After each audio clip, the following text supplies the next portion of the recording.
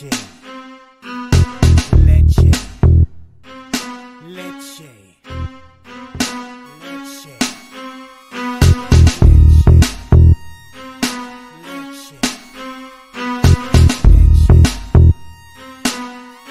Introducing Pubcoin. Pubcoin is the rewards program for pub sports contributors. Regular chat contributors share their play of the day, POD, in the YouTube chat, including the phrase POD in their message. At the end of the week, the amount of units earned are converted into Pubcoins. Pubcoin can be used as reward points for prizes, shop discounts, and contests. Hey, what's going on, y'all? It's Mills here, Pub Sports Radio. Do you guys want to challenge the personalities here at Pub Sports Radio? Do you guys think you're better than them at entering in your MMA predictions and picks? Would you want to get paid for it? $100? Here's how you do it, man. You sign up right here at the link below. It's just this easy. PubSportsRadio.com. Enter your email. Pick your weekly picks. That's it. Oh, and you get bonus points if you can predict how they're going to win in what round. Every single week, a new winner's getting crowned. So every Saturday on Pub Sports Radio. So come on and check us out. You can win $100 just for signing up. Only thing you need to do is see if you can beat us here at Pub Sports Radio by entering your UFC predictions and picks weekly. Do it. I dare you. See you guys soon.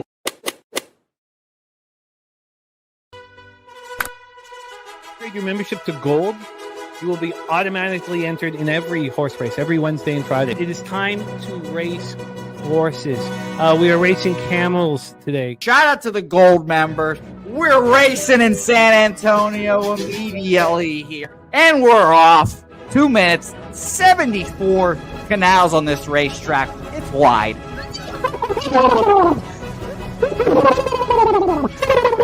We're racing in San Antonio. Pat Wally moving forwardly. Jeff Slaughter in the mix as well. And as is Randall Sheffield, who's put that beautiful nose out front. But it's actually real grass here, Jimmy. Maybe Kentucky bluegrass. Oldie, no! There he goes. Oldie in the lead now. K. Wolf falls back. The horses love it. Sometimes they stop and eat it on the way to the finish line. That's why your horses start so far in the back. Here. Oh, look at Nussflush Allen bursting out here. J-Dub in the mix. Rude Boy up here as well. Jimmy, take it away. There's Oldie. Oldie is moving to the front. We are past the halfway mark in our 2 mile. And there's Ricky Levy.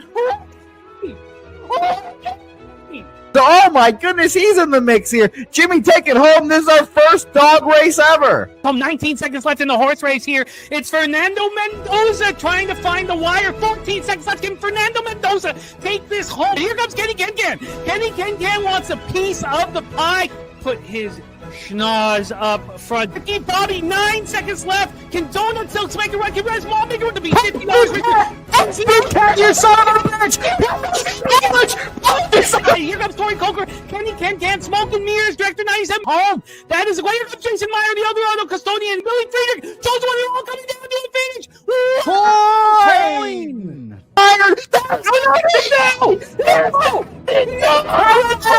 Nowhere! Oh no! Fanatical Jim!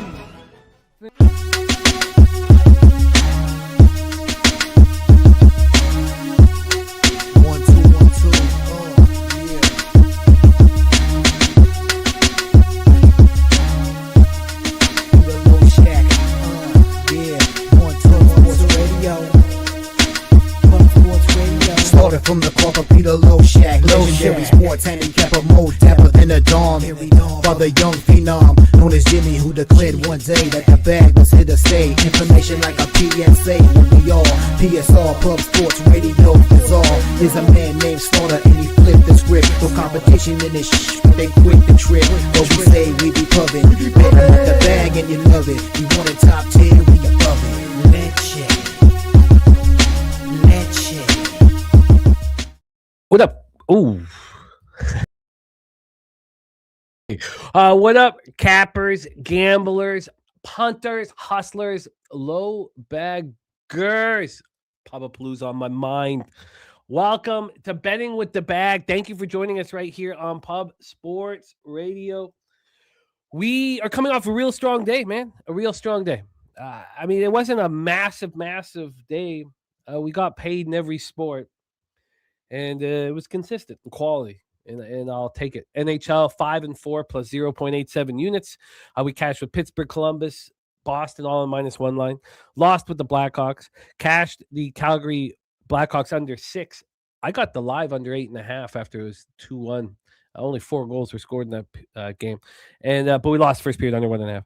I cashed with the Mammoth, lost with the Oilers -1, and then lost heartbreaking way with the Leafs +120. That's a huge swing, man. You know, you're up 5-4 with a minute left. Feel good about yourself. Losing overtime. It's a +120. It's a big swing. College basketball, we stopped the bleeding. Wasn't great. 7-5 plus 1.31 units. Cash with App State, lost with Milwaukee, lost with Delaware, cash with North Dakota first half, lost with Abilene Christian, cash with Southern Indiana +5.5, cash with Southern Utah +6, cash with Florida Atlantic -5, cash with South Alabama +3.5, cash with Idaho State -2.5, lost with Cal Poly, and lost with Utah Tech. And then 4-2 in NBA. We're just rolling. NBA 90-65 now. 58.1% plus 16.69 units, and we crossed the 10% ROI barrier plus 10.77. Phoenix, Detroit under 219.5 cash. Celtics cashed -2.5 and got them live at plus 9.5. Man Bear Pig, I know he got them live plus 10. We were in the Discord talking about it. Mavericks -3.5 cash. That was a great breakdown by Brizzy. Hawks -4 was terrible. Hornets +3.5. Look, I mean, you just got to take what the league gives you. The 3 made no sense. I mean, I ended up getting a 3.5, but it just made no sense. The whole thing made no sense. And of course, Hornets win comfortably. Knicks +7.5 was a mistake. You know, I've noticed as we've talked so much about the spots, you know, that work for us and that don't work for us, what I've noticed so much with the spots that do with the injury that we know about the day before is the first halves. I was tracking it, watching it. It's the first halves, man. The full games have not. And I want to keep that in mind. Shout out to all the cappers. Join us. We got Res Mob in this house. Res Beck play of the day. I thought Liberty was going to be golden for you, man. They did fall apart late. He's on the Jayhawks. We got the Gorkle with a Valencia money line plus 175 that pops off 12:45 Eastern. Razor sharp picks in the house. And look at that. Look at that. Justin Mcelvy is going to be joining us for both college basketball and NBA. We're going to start with NHL. But Maxey, 27 plus points, -110. It's a good feeling, you know, because we don't talk about our action I mean, we cap together. It's not that we don't, but, you know, I like to do all the work on my own, get to everywhere on my own, and then I see where everybody else is at. You know, that's what works for me. We're both on Maxey, and I'm not a player prop better. I've tried so hard to cut it out of my action, although we cashed with Precious Achua. You know, Precious Achua, that player prop, we cashed almost at the end of the first quarter, you know. And then I've been trying not to bet totals, but we cashed on unders. 1 under. I've been trying to cut it down to 1 a week in basketball, but we cashed both the last 2 days very easily on totals. And I bet Maxey too. Hard not to after listening to what he's talking about, what he's been saying before the game. I got over 26.5 points. Same thing as Maxey, 27 plus. So that's the corner of Stackz and Bag Boulevard. He's also on Ball State +5. There's Jose Bouquet in the house, has made the gambling gods be in our favor tonight. Our friend Jose in Las Vegas. So he's going to try to jump on with us. He's meeting up with Sweaty Butcher and C-Mac. Billy Friedrich, Florida Panthers. Uh-oh, that's scary. We got Pig Milk here, and I'm on the other side of it. When Pig Milk fades his team, which is the Carolina Hurricanes, he's a very, very high ROI. Makes me nervous. Let's get Pig Milk here before that NHL game. Makes me very nervous. And for the record, and I know we've been talking about this quite a bit lately, is you know, whether, you know, are we betting on the side or are we fading the other side? I am fading the Panthers. I'm not as much betting on Carolina, but I look forward to hearing more about Pig Milk. We got Ronnie Loft and Saturated. Is there a hotter capper right now in our community than Saturated, man? Gotta keep them saturated. Spooner in the house. Great job yesterday. Low key. Bo Bichette to the Mets. Bo Bichette to the Mets. Well, look, it's been a sad day for Major League Baseball, or it was yesterday, seeing the Dodgers get Tucker. Bo Bichette to the Mets, I don't mind that, man. That could be worse. We got action here from Spooner. Let's get this all copied and pasted for college basketball. I've made 8 bets in NHL, 2 in NBA, none in college basketball. I love this slate, man. God, a fixed slate. Also, this morning I got up real early, got up 5:45, just to make sure that I had an extra hour to finish off Justin McKelvey's record keeping. So McKelvey's records are up to date, which is a good feeling. Ronnie Lofton said under in the Suns game looked bleak at halftime, but good defense and turnovers got us there. You know what? The teams without their top player, what happens in crunch time? Their top offensive player, they stop scoring. But I was happy to catch that with you, Ronnie. 9 legacy flank steak play today. Indiana Pacers on the spread. Brooklyn Nets on the spread. Baylor on the spread. Mighty Ducks money line. Nice to have razor sharp picks in the chat when I'm so excited about San Antonio. Nice to have you rocking with us, Razor. God, I cannot wait to be San Antonio. I can't wait to hear you scream shot time. Is there a sweeter thing to hear in the world? There is. And I just thought of it, but I won't say it. But yes, it's a nice thing. Swiggy in the house. NFL confidence pool bracket is open. There's Man, Bear, Pig, saturated, my dude. Rob, free off of 5 in one day. I could tell, Rob, hearing you in the chat, you were very confident throughout everything. You're concise, confident. It does not surprise me that you had a monster day. My dude says bear down, Jimmy. I guess I'm wearing the hat out of solidarity. I want the Rams to beat the Bears. Look, who doesn't want $10,000? I mean, it will help my life. It will help my life if the Rams can take it all the way. Saturated cashed the 1.2 ticket early yesterday. You're running hot, man. Just running very, very hot. I love to see it. Sham says my birthday tomorrow. So birthday picks for Sham. Let's get this right here. Sham, have a great birthday weekend, man. Have a great birthday weekend. Actually, the Hornets was easy peasy. It was. I mean, you just got to trust the market. And there's MMA locker room. Mills shots on goal. Macklin Celebrini over 3.5, 80% clip. Last 5 locked in. And we're going to be getting our guy Millsy live here with us basically for the rest of the year. Couldn't do it today. We don't have Jose. It's I'm a little discombobulated without Jose here, and I will handle the graphics. And shout out to Big T down in San Antonio, who we'll be seeing in less than 70 days.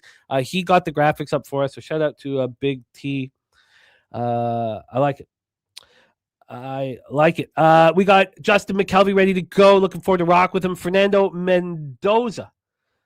Top set. We got Elio ready to go. Swaggy McNolegs in the house. Billy says MLB season's over. Just give the Dodgers trophy now. Yeah, it's tough. It's not enjoyable to see them get Tucker. Not enjoyable. And Billy Friedrich did some NHL stat digging on second game and back-to-back. So I look forward to hearing that. We got Scott ready to get to work. Great to see you, Scott. Dizzy Donut ready to eat here. He's on Vincent Whaley moneyline second round in golf. Hey, yo, D in the house. And Billy Friedrich saying the teams are overall 101 and 134, 429 winning percentage on the second half back-to-back. But if the second end of the back-to-back is on the road, then teams are 389. Ooh, that's great stuff. That's great stuff. Thank you for sharing that with us. That'll go right under the NHL. That is very important and helpful. Sham says the big 40. Man, I tell you, that was my shit came together late 30s. That's exciting. 40 is a good year. For me, I had some big highs in my early 20s. Made a lot of money in film and TV, and it's very difficult to keep that going. I was such an idiot. I just thought every year I'd make more money than the last year. So when someone was like, hey, you must have had a hefty tax bill last year, I said, taxes. And that caught up to me. The government will catch up to you. And it caught up to me. I mean, when I was 26, I made 10% of what I made in 25, and it all started sort of falling apart. Couldn't pay a tax bill. And then, so on. And it was bad, man. That was a bad 25 to 35 was rough, man. It's better if you don't get a taste of it in your early 20s. But Sham, I remember my 40th, man. I was down in Costa Rica, and little Ella running around. And it was a great night, man. We had a great night, great dinner. I shout out to Natalie Rydstrom. Hans and Natalie Rydstrom came out with us, and it was a very, very fun evening. Hope you have a great birthday. Great to see all of you guys, man. All of you guys, thank you for joining us. And yes, Saturate says the ignorance of youth. Man, God, I remember those days, man. I went from no fixed address because I was just touring around as a comic. I was an opener. I had no fixed address for 4 years. And then I got this really dope apartment in Vancouver. And I remember when you would open up my fridge, it was just ribs. It was just ribs. I ordered from Tony Roma's 5 nights a week. Just ribs and Heineken if you open up my board. God, those were the days.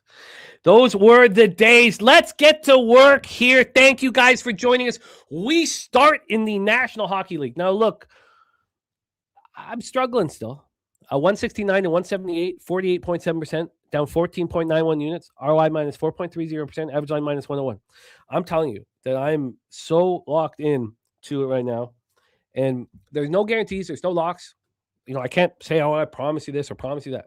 But I'm going to be in the black. I'm going to be in the black. My goal was to get to the black before the Olympics. That's my goal. So let's get this money.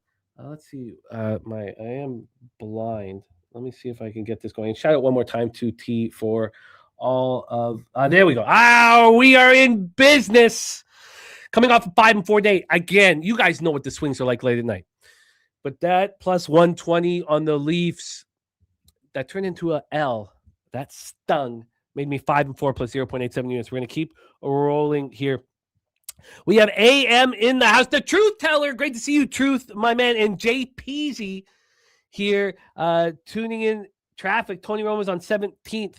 Tony Roma's on 17th. Santana was my spot. Oh, yeah, man. Oh, God. Jesus. Those were goddamn days. Jay Peasy, it's great to have you here rocking with us. We got some real exciting stuff going on with Jay Peasy. We're keeping our shit close to our vest right now, but you're going to hear a lot more about us. We have Justin Mcelvy with the Red Wings over 6.5 in his pocket. Let's roll. Well, we just got the great information from Billy Friedrich. Teams overall are 101 and 134 on the second half of back-to-back. That's exactly what the Sharks are on right now. But if that second half of the back-to-back is on the road, they're combined 56 and 86. Now, my only question here was, did I not wait long enough? I knew the line would be moving towards the Sharks. The Sharks backers are making dollar after dollar. And I didn't. I could have waited longer. Wow. Damn. Could have waited longer. I got that big move. I was, I thought I timed it right. I timed it right. Okay. Yes. Thank you, Gorky. So I didn't time it right. I got the minus 177. I thought I timed that big dip. Now I got the minus one line. My minus one. God, let me pull it up here. God, I can't remember exactly what it is offhand. Let me just pull it up here. But I got the minus one line. Should have waited longer. We've had a massive move towards the Sharks. The Red Wings have gone from minus 218 to minus 165. And it's impressive. Look, what can I say? It is very, very impressive. But I tell you, and there is our guy, just my 2 cents in the house. Timmy OG says every time he hears ribs, he thinks of owning Mahoney. It is great, man. And Mark Stasowski in the house. Thank you for joining us, my man. We got Drewski ready to rock with us. Drewski, it's great to see you. So I got the Red Wings minus 1 and minus 120. I should have waited.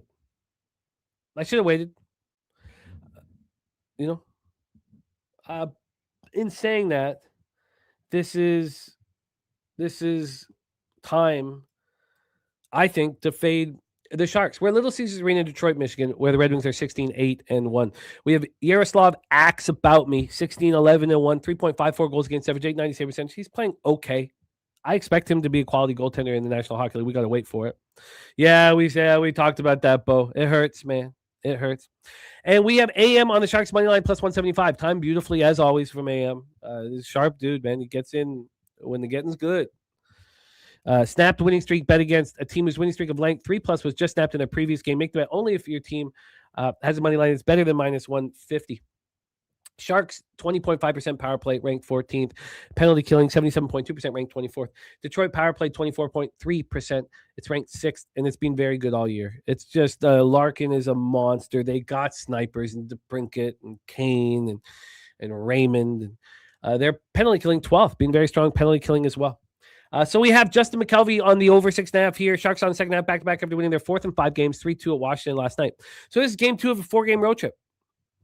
Look, when you fly across North America and you conjure up enough energy to win game 1, you know I'm fading you in game 2, and that's what I'm doing here. They've been dealing with injuries so well. You know, they're missing Will Smith, Ty Dellandrea, and Philip Kurashev at forward, missing Shakir Mukmadulin and Vincent Desharnais in defense, and they've handled that all year. No matter what's been thrown their way, they've handled it, and we'll cash the season win total over, which is good. But in saying all that, you know, I have not made enough money or as much. I've been good with the Sharks, but I have friends who've just been paying mortgages off the Sharks. Red Wings had their 4-game winning streak snapped in a 3-0 loss at Boston on Tuesday. I like it. This is just the first of a short little 2-game homestand. This is also a completely healthy Red Wings squad. You get I'm on the Boston train. I expect to bet them every game pretty much going forward. And here, look, you go to Boston. I remember, I think that was a Korpisalo. Korpisalo was between that. He was just incredible. And I think they bounce back here. And also, you don't need to bet this right now. You can wait. You can be very patient here as this line's just flying towards the Sharks. And AM says, objectively, I think the Red Wings are the right bet, but my handicapping does not perform the systems I use. Look, we have loved how you handle things, how you discriminate, how you keep it very tight, how you follow, you follow the systems, and I love it. Look, we all love it. You're a huge asset to us. And Billy Friedrich says, in that Boston game was the second game of a back-to-back on the road for Detroit. And so, look, that was Tuesday. It's Friday as well. So this isn't the third game in 4 nights. Also, if you look at these market moves in NHL over 50 cents, the move to where it's going has a negative ROI. We'll see how this bangs out. I'm on the Red Wings -1. You could go in now, or you could continue to wait.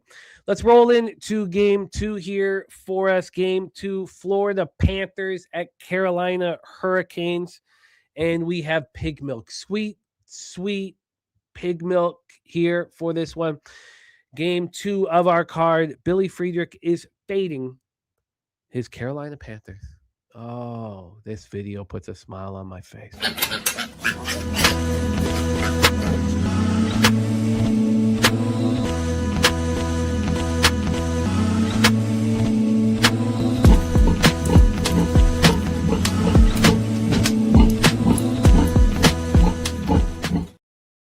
Let's roll here. The Godfather in the house, the wager detective, Res Mob, respect. We have Drewski saying the Canes smash. And Billy says, do you think that line keeps moving towards Sharks? I think it's the end of the line, Billy. I think it's the end. I think there's bounce back. I thought I timed it right. But, I mean, there's really no harm in waiting. We have the Godfather tailing AM with the Sharks money line. Good luck to the Godfather. And here, I don't like being on the other side of pig milk, but look, this is how you do your work. People can tail. I think it's different if you really are capping the capper and you feel, because there's certain tells that I have when I'm really confident on the spot that I've had cappers tell me about. When I give a certain tell, they tail me and they have a high ROI doing it. But for me, man, the consequences of our action are real and they're heavy and they're dramatic. And I want to deal with my own sword here. So that's just my thought process around all that. We have our guy Matty Ice in the house. Sancho on the Hurricanes -1. I too am on the Hurricanes -1 going up against our guy Billy Friedrich. We have the Carolina Hurricanes opening up -156. They're now -170. This did get up to -175. So we've had a 14-cent move to the Hurricanes. I got in at -165 here, and I got that -1.5 at +155. I got that all at 365.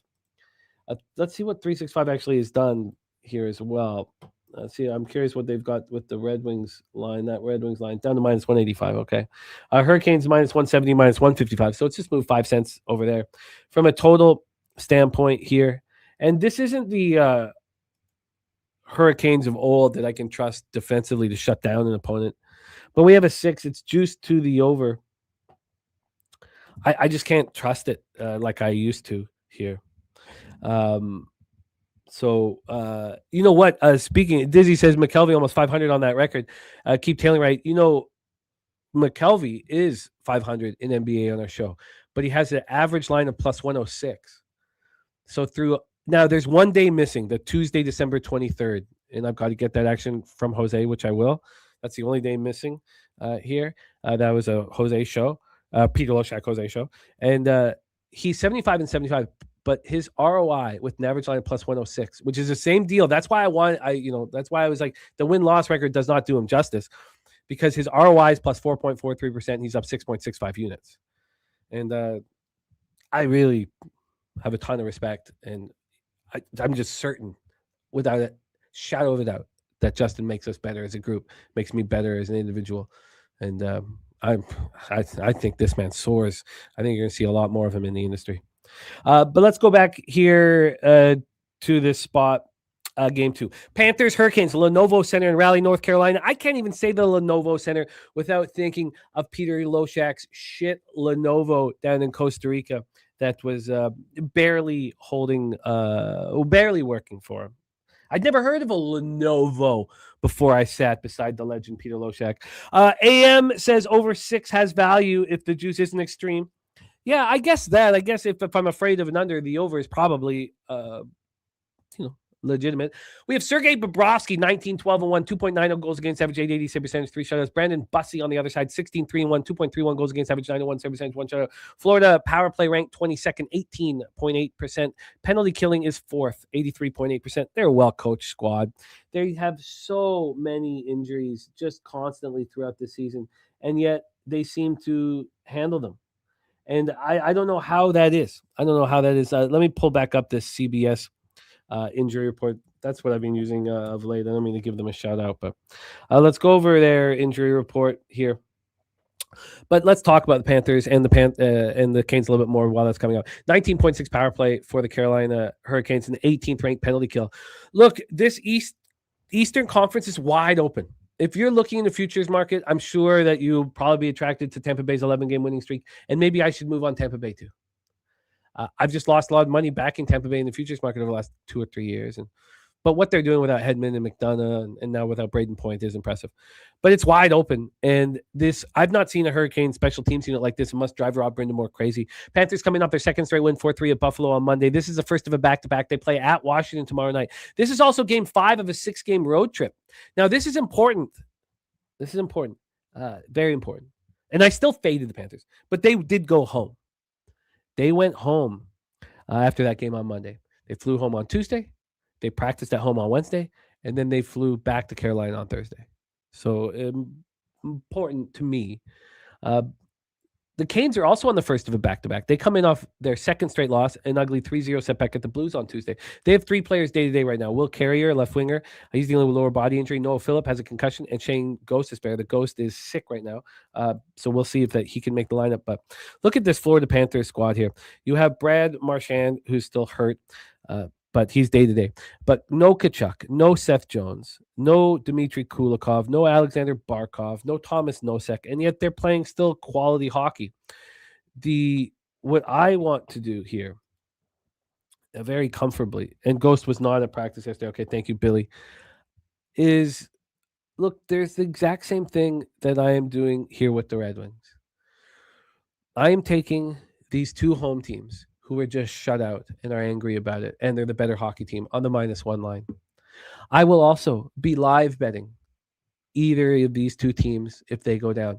I also get my live action, as you guys have seen in football. It's the same thing in all sports. I get it in by half. I'm not someone who, I want time to win my bet.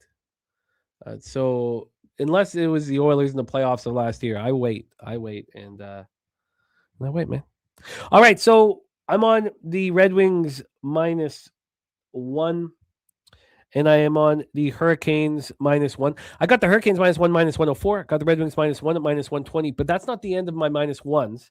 And this is the time of year. I wish the Olympics wasn't messing this up, where the -1s get stronger and stronger and stronger as the season goes on, because there are teams that sort of let go, and the teams that need to win do win.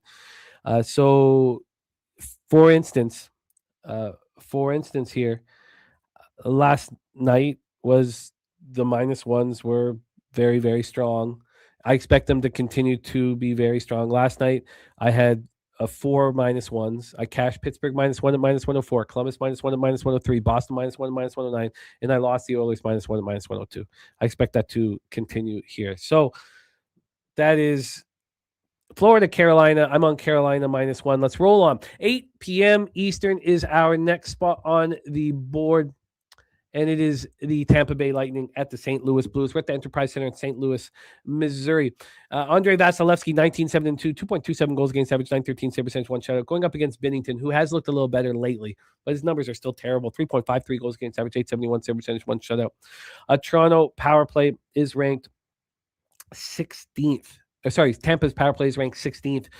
20.1% right now, ranked 16th. Their penalty kill has been excellent, 83.7%, even without Hedman, 5th in the National Hockey League. St. Louis power play, 24th, 17.1%, penalty killing, 25th at 77%.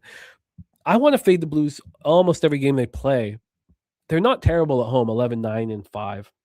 And I have screwed the Lightning up. I've screwed them up. Like with the Sharks, I've made money off the Sharks. I've done my thing with the Sharks. I'm no problem with the Sharks.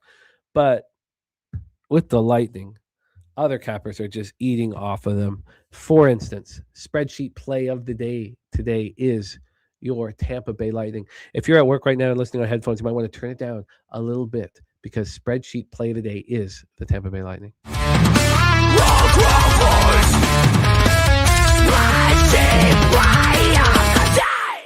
This totals of 5.5. It's -122. The over is not moved since it became available yesterday at 1:39 p.m. So it's indicating it's very sharp. We have the Lightning at -200. Look at that. I like that. They opened up at -175. Now -200. 25-cent move towards the Tampa Bay Lightning. I got in on the Lightning -1. And again, 11 straight wins. Am I late to the party and am I early to the funeral? It's all of that is very, very possible. But I got the -185 and the +140 on the puck line. I got the Lightning -1 at -119. And AM says it should be a 6, not a 5.5. Varunk with a big bet alert. Varunk with a big bet alert on the Toronto Raptors. I can't believe it's 3.5 right now. I want to join you, but let me just get that. Varunk, thank you for the heads up. Here, let me just get down to NBA here. Justin's going to rock with me in both NBA and college basketball. There's no doubt that I'm going, and I had to hold myself back from betting it already. I'm astonished that that's moved. Astonished. Markel, I'm with you on that, but let's get there. Philly Eagle Flyer is on the Avs as well. Jimmy's teeth, halitosis update. I've drank a lot of coffee. So my halitosis not well. I drank a lot of pumped up off of coffee here. Nice job, Varunk. I've been keeping an eye on watching you cash, man. Varunk, keep an eye on him. A good capper, man. So Philly Eagle Flyer also on the Bolts team total over 3.5. I could add that. I was thinking with this at 5.5 that isn't that might be a possible addition. But let's roll. Vasilevsky versus Jordan Binnington. Vasilevsky 19-7-2, 2.27 goals against average, 913 save percentage, 1 shutout. Also, I have these from last night. So let me know if I'm wrong with any of these goalies. Then we have Jordan Binnington, 18, 11, and 6, 3.5. Oh, I did that already. So I did the power plays and the special teams. My fault. Lightning coming off their 11 straight win, 2-1 in a shootout in Pittsburgh on Tuesday. Again, it's Friday. I like the 2 days off midweek. Lightning continue to win despite playing without Victor Hedman, Ryan McDonough, and Braden Point. This is game 4 of a 5-game trip. The Blues coming off snapping their 3-game losing streak with a 3-0 win at home over Carolina on Tuesday. And the Blues had a big win there, but they're playing without Robert Thomas, their best player, Pius Suter, their best defensive center, Matthew Joseph, Dylan Holloway. Those are 4 forwards. They're also playing without defenseman Philip Broberg. This is a final game of a mini 2-game homestand. They play at Edmonton on Sunday night. Hofer confirmed. Thank you. That's a good sign for any Blues backers. I think you want Hofer, especially coming off of that shutout. Yeah, Dizzy, we were saddened. But we expected it. I'll have to tell Ella. She'll be upset. Maybe not quite as upset as Slatsy's wife, who carries a picture of Bo Bichette on her at all times. I'm on the Tampa Bay Lightning -1. Let's roll on. This is the only game I have not moved on. National Predators 22. Oh, sorry. Let me get this moved over. Nashville Predators 22, 20-4, 9-10-2 on the road. Colorado Avalanche 33-4-8, 19-0-3 at home. This Colorado Avalanche team has played 22 games and not lost regulation at home. The plus 900 feels very good. I think this team is on their way to win the cup. A Wager Detective will be on the Blues for plus money. There's Turnsey in the house. Says any low baggers in Lakeland, Florida want to link up. Man, Turnsey living a good life, man. So let's roll. Yes, Lightning have won 11 straight. It's a danger trying to catch a falling knife, but I could be late to the party, early to the funeral. Drewski on the Predators money line.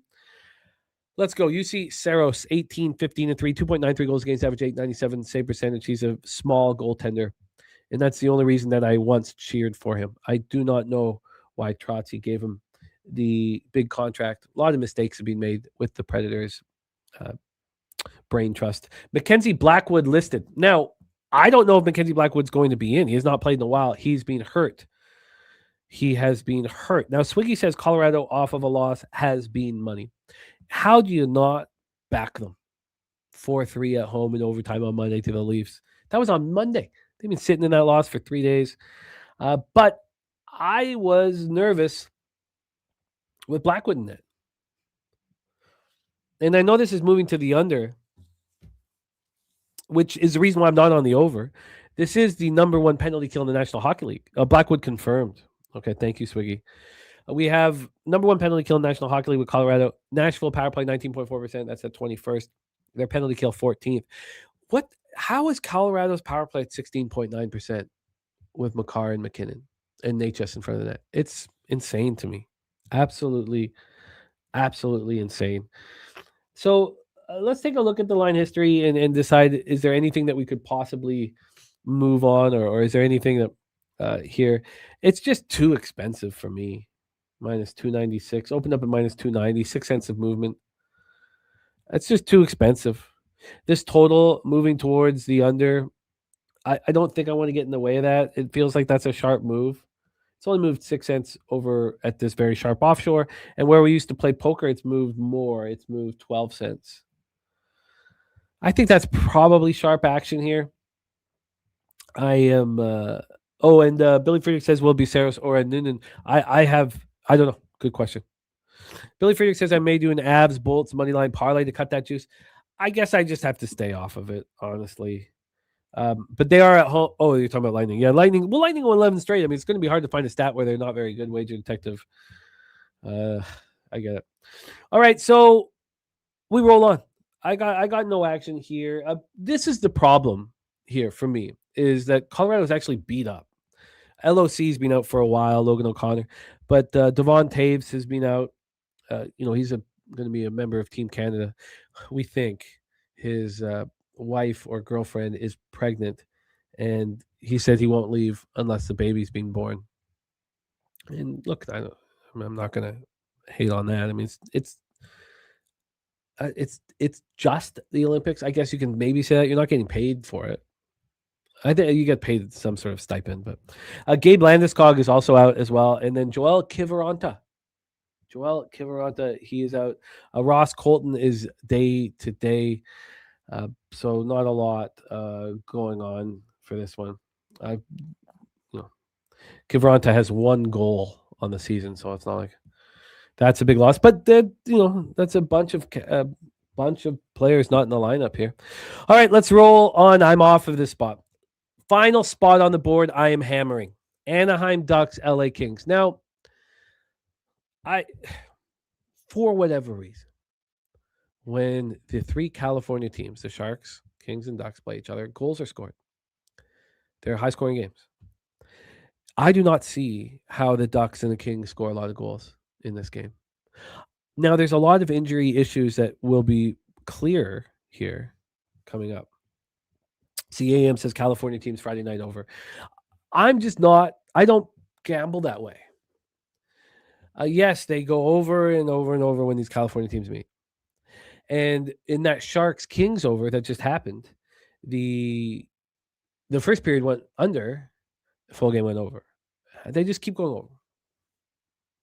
I don't see how these hockey teams play over hockey right now. Against the Sharks, I find it very easy to see it. So I'm betting against this trend. And I'm investing heavily against it. I'm not just betting the full game under. I'm betting both the first period under and the full game under. Now, I did pay for the 6.5. So I got the under 6.5 at -127. I got the first period under 1.5 at +109. And I got the Anaheim Ducks on the money line at +130. Warbucks on that Preds +1.5. Philly Eagle Flyer on the over trifecta. You're going to see cappers hammering this over. And then at that point, should I have waited? I just sent it in here. The over 6 right now. Opened up -115. It looked like the under was taking a little bit of steam, a 3-cent move. Now it's come back 4 cents. So overall, there's been a 1-cent move to the over. And I'm going to mess with it. I'm going to mess with it. Just my 2 cents. Play of the day is the Ducks. So here, I sort of believe in this Kings team, but you can't take Anze Kopitar and Trevor Moore off of this team. I mean, they look completely different without those 2 veterans out on the ice. Now, it's possible that they return, but let's get deeper into this. Let's go over to the money line here. From a money line standpoint, we have the Ducks down to 115. Ooh, that's good. It wasn't as early as everybody else. It took me a while to get there. To get to the Ducks. They opened up at +142. They're now +115. Ooh-wee. I got the +130. When I got the +130 at 365, the sharp offshores had already moved it to 122, 123. They do play again tomorrow night at Anaheim. Yeah, they play again. It's first of a back-to-back. Let's start with Dostal, 14, 12, and 2. We don't know who's going to be in net because they play back-to-back. So I had Dostal and Kemper listed. Dostal, 14, 12, and 2, 3.20 goals against average, 88 save percentage. Not being very good. Darcy Kemper, 12, 9, and 8, 2.50 goals against average, 904 save percentage, 2 shots. Not being very good. Anaheim power play ranked 16.8%, and the Kings right behind them, 16.2%, 27th. Both their penalty killing is poor. Anaheim 23rd, Kings 28th. Ducks snapped their ugly 9-game losing streak with that 3-1 home victory over the Stars on Tuesday. It's very easy to explain why the Ducks have been struggling. Frank Vetrano out long term, a veteran presence, a sniper. Leo Carlson, second overall pick, just a couple years back, missed the Stars game with a lower body injury. He's listed as day-to-day, so I would like him to be back in. Troy Terry's missed 3 straight games with an upper body injury. And I think that Troy Terry's back for this. I think that's part of the reason. I think that maybe Carlson's back for this as well. I think Troy Terry's back for this because he was really close to returning on Tuesday. He was in warm-ups. Or no, I guess, was he? I can't remember if he was pulled. He wasn't in the warm-ups and they thought he was going to try and give it a go in warm-ups. I can't remember now.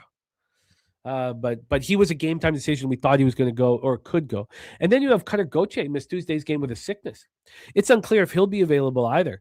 But But I think there's a real possibility that Cutter Gauthier, Troy Terry, and Leo Carlson are all back in the lineup. And seeing this from plus 142 to plus 115 sort of backs that up. And of course, this begins the home and home. Wager Tech said both meetings went over 6. Yes, they have all of these games between California teams have been going over. There's my guy Guillermo Zertucci in the house. I think you got to wait out these flights. I got a cheaper flight from Toronto to San Antonio and back than you can get from LA to San Antonio right now. That makes no sense whatsoever. None.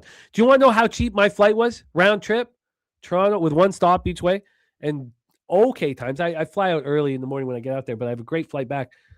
326 American round trip. Gee, we're talking your LA Kings, and we are fading your LA Kings. They're coming off their 4th loss in 5 games, 3-2 at home in overtime versus the Knights on Wednesday. So you're Anza Kopitar, Trevor Moore, Joel Armia, all out of lineup. And then Corey Perry, we don't know who's sick. It must be a parent, must be a father or a mother. Someone's sick at home. So he's missed 3 of the last 5 games due to personal reasons. And that's him going home to be. So we don't know if he'll be in the lineup. And G saying they suck at home. 17, 10, and 6 at home. The numbers have gotten a little better. It doesn't make any sense, Kong. Why is this? I don't understand it. I don't understand it at all. So there we go. There we go. That's our NHL for Friday, January 16th. So I've hammered the board. I have the Hurricanes -1, -104, Wings -1, -120. Get a better line now. Lightning -1 at -119. Now the last 50-cent plus move, I remember it well. It was the Oilers. It was the Oilers game, and it was about a 75-80 cent move away from the Oilers. And what did I do? Be scared of it. It was against the Predators. What did TJ do? He hammered the Oilers. They won 4-1. I believe it was against Predators. Maybe I'm tripping out on that. But it was an 80-cent move against the Oilers, and I stayed off of it, and TJ waited to the very bottom, and he bet the Oilers. That's crazy, Kong. That's crazy. I still think I will keep an eye on all this because we need you guys. We need you guys. Now, look, I don't really need to sell it too hard in saying we need you guys because it's going to be a lot more fun for us if you guys are there, but it's the greatest week of the year. And, without a doubt, it's the greatest week of the year. So we'd like you to be there badly, but I get it if you can't. Kyle Vickery says, why bet the -1 puck line when you need the same outcome as the -1.5 get a bigger payout? Oh, Kyle, it's simple for me. I used to bet the puck lines, and I did have pros tell me that it was a mistake. And I do listen to professional gamblers. That's what we're all, trying to be. But this is why I like the push. I had professional gamblers tell me that the reason why I'm betting puck lines is because my unit size isn't high enough, first of all. They said if your unit size was higher, you would want the push on the -1. So that was a big part of it. Also, I bet the -1, Kyle, because I am a hockey fan. I love the sport, and I want to be live for the push in overtime and in the shootout. So those are the reasons. Also, we're trying to create. I am worried about the stress that we go through and that I go through, and I'm not exercising enough, and I'm worried about the cardiac event that has been predicted for me. And so I'm really relaxed with a -1. So when it's 3-2 and the net is empty for the opposition, I'm very relaxed. When I need the puck line, and my swings are so ridiculous. I remember I had a night in Costa Rica where I got destroyed. I lost a lot of money, and I'd gone 1-7, and it was this weird night where those 7 spots that I lost on the puck line, they all won by a goal. And it's a matter of it just works better for me. I want the push in line, and I want overtime. So that's me. All right, there we go. Now AM says, have you looked? Are you sure you wouldn't be more profitable with a little more vig in the money line? At certain lines, I would, and that's why I've started betting the money line in the minus 140 and minus 130 range. Because you're right. That was costing me money betting the minus one on those lines, because it's still, I just wanted the bigger score. And it still goes back to those first conversations where pros told me, my NHL unit size is $300. Now I'm a high volume bettor, but they said if your unit size was higher, you would be on that money line. You wouldn't be on the minus one. It goes back to it as well. So, but you're right, AM. So I did change it. I no longer bet the minus ones on the minus 130s, minus 140s. That was costing me money. All right, there we go. And Turnsey leaves for Florida tomorrow for his 34th birthday, and he's on the under in the Ducks game too. Well, Turnsey's one guy who just is never scared of, trends. I try not to be. They concern me a little bit. And you know what, AM? Actually, to take it further, I should be betting the money line up to minus 150. So it's cost me money on them between minus 140 and minus 150 as well. When I get over minus 150, it's the minus ones do work. But I have not been able to. I have a couple times bet a minus 145. I have maybe a couple times bet the minus 150, but I should add that in as well. All right, there we go. That's the National Hockey League for Friday, January 16th. Let's bring on your next guest. I'm excited. Now, I did ask him to cap this NCAA basketball card with me late. So thank you for that. He's, always prepared for all these games. And this is a bit of a smaller card that I do believe that we can really deep dive and attack. This is a relief after trying to comb through 65 college basketball games. Kyle, thank you for joining us, my man. Agui, it is great to see you.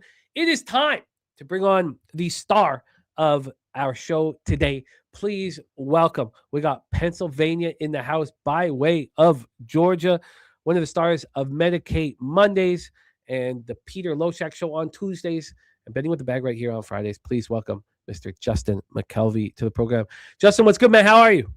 I'm all right, fighting through that tail end of this cold, but it seems like everybody getting it. It seems like it's my turn, but we're getting through it. Yeah, it's round 2, right? It's round 2 for us. We got sick, 2 months ago, and then this is like last time I got sick, it was a lung thing. Now it's a little head cold, and then I'm hot, then I'm cold, then I'm hot, then I'm cold. But it's good because everybody stays away from me, so it works. Yeah, no, I feel that, man. It is great to have you here. Let me just set up a couple things here to get this all set up for. I texted you about it, Jimmy, so I know you're ready. Unfortunately, I was thinking about that this morning. I was like, oh no. Oh wait, I do have something. Okay.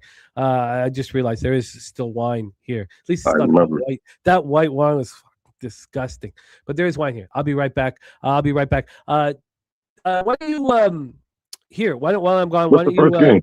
I'll start talking about what's the first game? I'll start talking about the first game. Okay, let's do exactly that. Here we have. Creighton and Providence? Creighton and Providence. Oh yeah, I'll start with that. Okay, cool. I'll be right back. All right. This game, I struggled to be on the side when I really capped this game because I really wanted to be on Creighton, but I'm not so sure that I trust them on the road. And this Providence team, it's always going to be the dunk to me. They don't call it the dunk no more, but it's always going to be the dunk. And Friday night at the dunk to go in there and come out of there with a win. I don't know, so I stayed off the side. But what I did get to is I got a bad number because I think it's opened up higher than that. I got under 162.5. And I think I got that at -1. No, I didn't think. No, I got it at -112.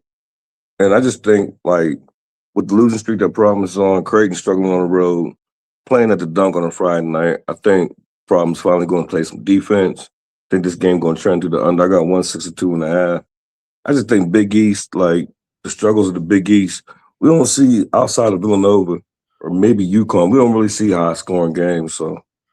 Oh, here comes Jimmy, but I like Thunder. I'm gonna make that official. When he asked me about college, I was like, "Oh yeah, I got a couple college players." So, Creighton and Providence under 160, 162. I thought he said 164, 162.5 minus 112.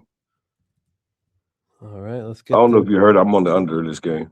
Yeah, I just I was listening. I got you locked in under 162.5. Very quickly, before we roll, one of my favorite guys for sure in our chat, Machiavelli, in the house. I've not seen him since Vegas IFBC.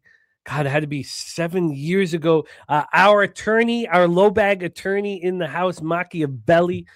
Man, that was some fun nights we had in Vegas, man. Respect, you are missed. Come to San Antonio for Pub 5, Machiavelli. Come to San Antonio for Pub 5, man. That's what we need, Machiavelli in the house. Hey, Justin, cheers, man. I wish I had some of that fucking brown gold, man, that you got, but respect.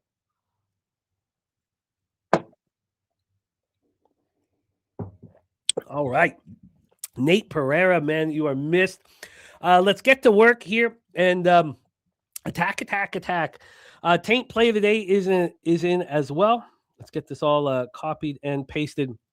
I'm going to set this up here now. We have heard that our guy Justin's moving on the under in this spot, but let's set Taint up here. Get that locked and loaded. And got my notes up here. So then let's roll. Let's start with the line history and then the cash flow. I've not moved on anything. I did finally stop the bleeding. It was just 7 and 5, up a little over 1.3 units, but I was 7 and 3 going into the late games. I thought I was going to have myself a day. I started heating up and then it slowed down. So we have Creighton right now -1.5, -110. This opened up at a pick'em yesterday, 1:39 p.m. And it took about 4 hours before it moved to 1, and then it moved to 1.5. It actually came back to 1 at 10:27 and moved back to 1.5 here 30 minutes ago. So we have Creighton on the road at -1.5. Let's touch on this total that Justin just moved on. This total is a 162.5. I see 162 flat. Interesting movement. This opened up at 163, then went down to 161 this morning, and is back at 162.5. So you timed that well to get on the under because that moved 16 minutes ago back to 162.5. Let's see what they're telling us for cash flow in this one. We have 65% of the tickets and 78% of the cash on Creighton.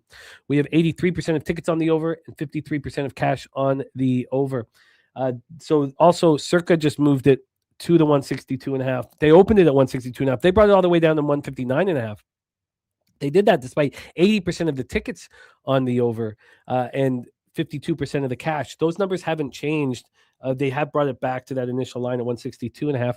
And then we have 55% of the tickets over at Circa and 76% of the cash on Creighton. And it's gone from a pick'em to -1. The interesting part of it was that at 10:17, it got to -2. At 10:22, they brought it down to a pick'em. So that's a bit of a surprise here. And we know the problems with Providence. And it's not offensive. I mean, they're fine offensively. Creighton 11 and 7, 5 and 2 in the Big East. Providence 8 and 9, 1 and 5 in the Big East. And so the Friars are shooting 55 from the field. Now, their 3-point shooting, 32%, 71% free throw shooting is a problem, you know, and so that's what hurt them against Villanova. They shot nice from the field, okay from 3, and poorly from free throws. Sellers did go for 24. Jameer Jones went for 23.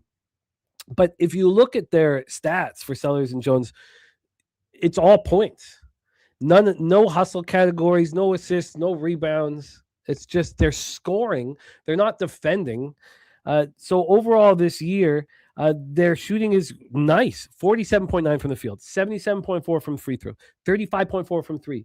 What's the problem is defensively. Look what they've done the last 3 games. Now, the Connecticut game went to overtime, and they played great in that game. 88 they allow against Villanova. 97 they allow to Xavier. 103 they allow to Connecticut. They're just a problem. They're a problem defensively. Here you have Creighton coming off. They bounced back off that ugly loss to St. John's, 90-73, by beating Georgetown in overtime. Honestly, is that a bounce back? No. It's not, right? I mean, not in overtime. No. I understand why anybody's on Creighton here. I understand because they're fading Providence. But what gives Creighton the right to be backed on the road, against anybody in the Big East, really. Let's go over their road games here and compare them. So now we're obviously back in conference play. They opened the year at Gonzaga. They lost by 27. That was November 11th. They didn't play another road game until December 7th. At Nebraska, they lose by 21. Then they go to Xavier and absolutely demolish them. But that was after back-to-back losses. I don't know. It's a weird outlier game. Then they play at Seton Hall. They score 54 points. They lose 56-54. They play at Villanova. They win by 4 points. Honestly, like the more I talk about this, the more I sit with this, I kind of want Providence here. I don't know if I could get there. What are your thoughts on the side? I know that you're focusing on the total, but Well, that's what I was saying right before you came back. I'm like, they don't call the dunk no more. This is still Friday night at the dunk and a desperate team. And I don't understand the Creighton love. Like, you that impressed about Georgetown in overtime when you was almost a double, 9-point, almost a double-digit spread and home favorite.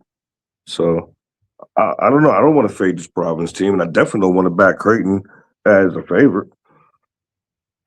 Like, not even a money line. I don't even want to ask Creighton. I want Creighton when they're dogs. I want a plus number. I don't want to ask them to win the game ever. Like just like you said, you got killed against St. John, and you can't call overtime by single digits beating Georgetown, and Georgetown's horrible. I mean, this is a must-win of must-wins, man. I am interested in the Friars. I think this is one of those spots where it does help. I don't need to bet this now. When the show's over, the market will have that much more time to marinate. But I'm interested in Providence. 62% of tickets, 70% of cash on Creighton. That's according to Wager Talk. We know this is a sharper thing. Gooey saying Creighton rolls. Okay, cool, Gooey. Thank you for running with us. And he says Creighton rolls. And look at Troy Torrance, says he'll almost certainly be on the Friars. Let's just go. So we saw the number, the money over at the sharp, what we believe is sharper spot here. Over with the odds logic. So let's just see what it is here on the here at action. On the spread, it's 59% of tickets, 79% cash on Creighton. And then on the money line, it's 67% of tickets and 86% of cash on Creighton. Spoon passed. Look, I'm interested. So I'm going to just put here that Matty Ice is on it as well. I'm interested in Providence. All right, let's roll on. Let's roll on to our next spot on the board here.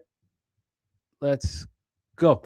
We have Toledo Rockets. This one popping off 6:30 p.m. Eastern. Both these last two games popping at 6:30 p.m. Eastern. There's not the same need to have 6:30 p.m. action on a Friday as there is sort of on Wednesdays and Thursdays because you want to, just get the roller coaster ride started a little early, Rockets 10-7, 4-1 in the MAC. At Kent State, Golden Flashes 13-4, 4-1 at the MAC. We are in Kent, Ohio. Let's pull up this line history here for our next spot on the board and see what we are dealing with. We have Kent, Ohio total, and no surprise to anyone that this is the highest total on the board. It's 169.5. This opened up at 171.5. We have dropped. It opened up 171.5, and initially 20 minutes into this line being available, went up 172.5. Dropped back to 169.5. So we have a 2-point move towards the under. When we get to the point spread here for this spot, we have Kent State -5 and -115. Opened up at -4. So this has moved a point and VIG towards the home side, the Golden Flashes. Cash flow, we'll start with the odds logic side. 59% of tickets and 80% of the cash on Toledo. And line moving towards Kent State. So, for instance, Circa has 75% of tickets and 94% of cash on Toledo.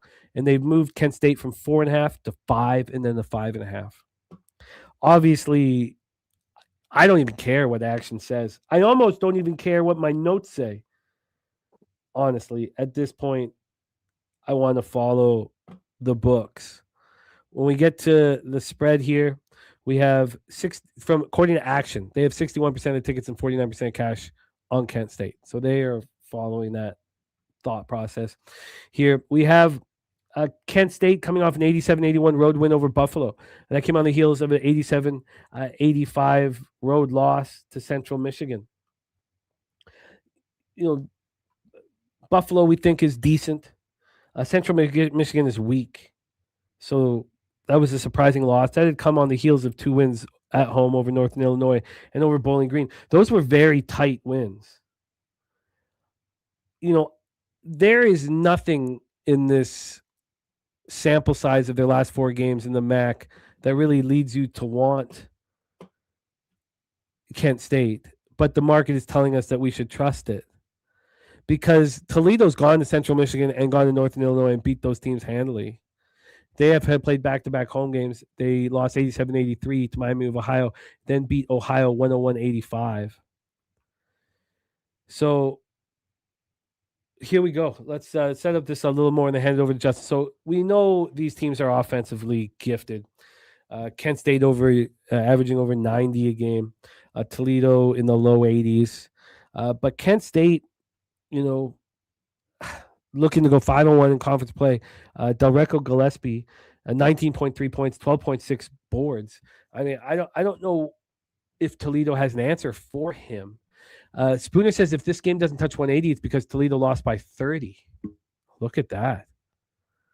So we have T-Moss on Kent State, and we have as well here.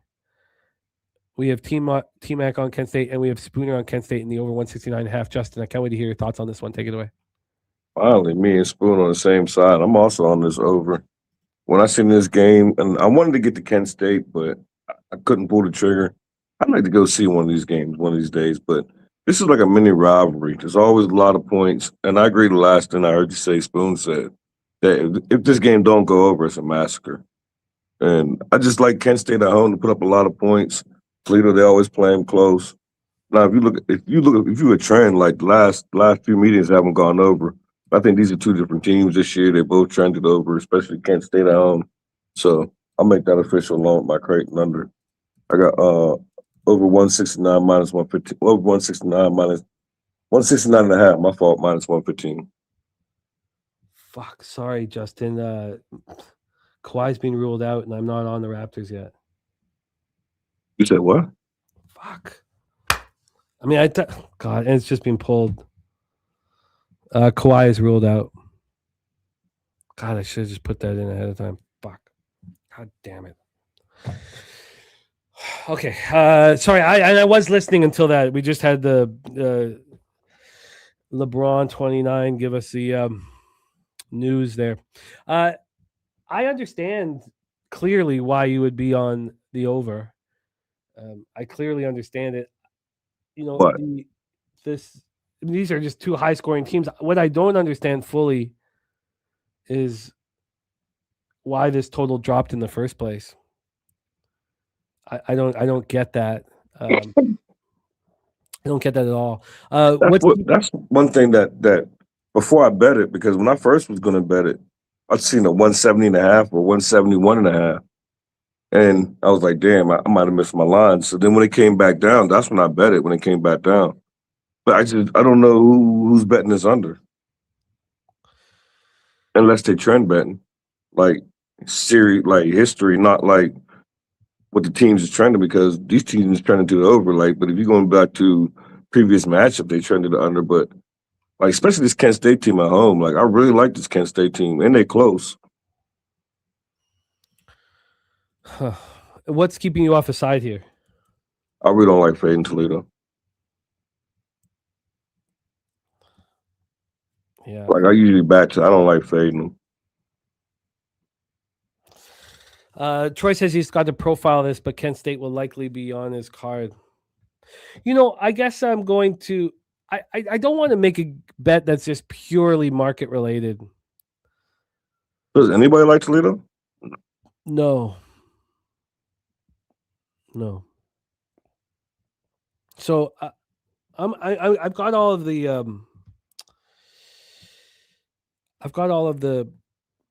notes that I've copied and pasted everything here. So I've done that. I'm going to keep working on this. Let's give our guy Justin his number. So I've got a 169.5 here available, minus 110. I just moved back there. And then let's see if I can beat that on the legal books. And no, I can't. That's the best available. What, over 169.5 minus 110, that work? Yep. All right, we have Justin making moves here. Over 169.5 minus 110. And then I'm going to, obviously, with this line move and with all the cash on Toledo, I may get there. I'm going to spend a little bit more time on it because I need it to at least correlate in some degree. So Barry Smith in the house. Love it, man. Love it. Barry Smith rocking with us. And our guy Kong, man. And Wager Detective on Kent State. Barry Smith on Kent State. And Kong, looking forward to see you cook. We need you actually live if you can on Monday. Pregame. I know you got to wake up, at 3, but if you can come on pregame for a Monday live stream for the national championship, we'd love that, man. Okay, I've got Kent State with question marks here. I'll look back into it. Justin moving on the over 169.5. Let's move on to our next spot on the board. And we have Morgan Spooner moving on Baylor, a plus 8.5 and minus 120. So let's roll into our next spot, Baylor, Kansas. Baylor Bears 11-5, 1-3 in the Big 12. Kansas Jayhawks 12-5, 2-2 in the Big 12. We're at Allen Fieldhouse in Lawrence, Kansas. So, for me, I want to fade Kansas so badly. How do you not fade a team after destroying previously undefeated Iowa State? I just feel like it's a must that you must. And I have to. But I want to talk it out here and look at the line. Baylor coming off beating Oklahoma State 94-79. That was a really impressive performance, and I kind of wish they didn't deliver. But those 3 losses that it snapped at 3 and losing streak were tough. At TCU, they lose 69-63. At home to Iowa State, they lose 70-60. I was on Baylor in that one. And then they lose at home to Houston badly by 22. I wish that was the last game. But they got their anger out on Oklahoma State and now face, obviously, a very dangerous Jayhawks squad. And, Peterson dealing with the hamstring injury all year. He's a beast. When he's out there and he's healthy, this team, could win the championship. Baylor's off a 94-79 win over Oklahoma State. Gooey, let's focus on the capping, man. You said your piece. Let's just leave it alone here. Obviously, you're hammering on a capper that means a ton to us, but he's fine. You can fire away all you want. He's not going to care. But I'm starting to care. So let's focus on the capping. It's what starting are we to talking annoy me. Baylor coming off a 94-79 win over Oklahoma State. Stepped 3-game skid. They weren't scoring any points here. Their offense was just falling asleep. And now they go on the road to face a Jayhawks team where I know that Peterson changes everything offensively, but this is a great defensive squad. So,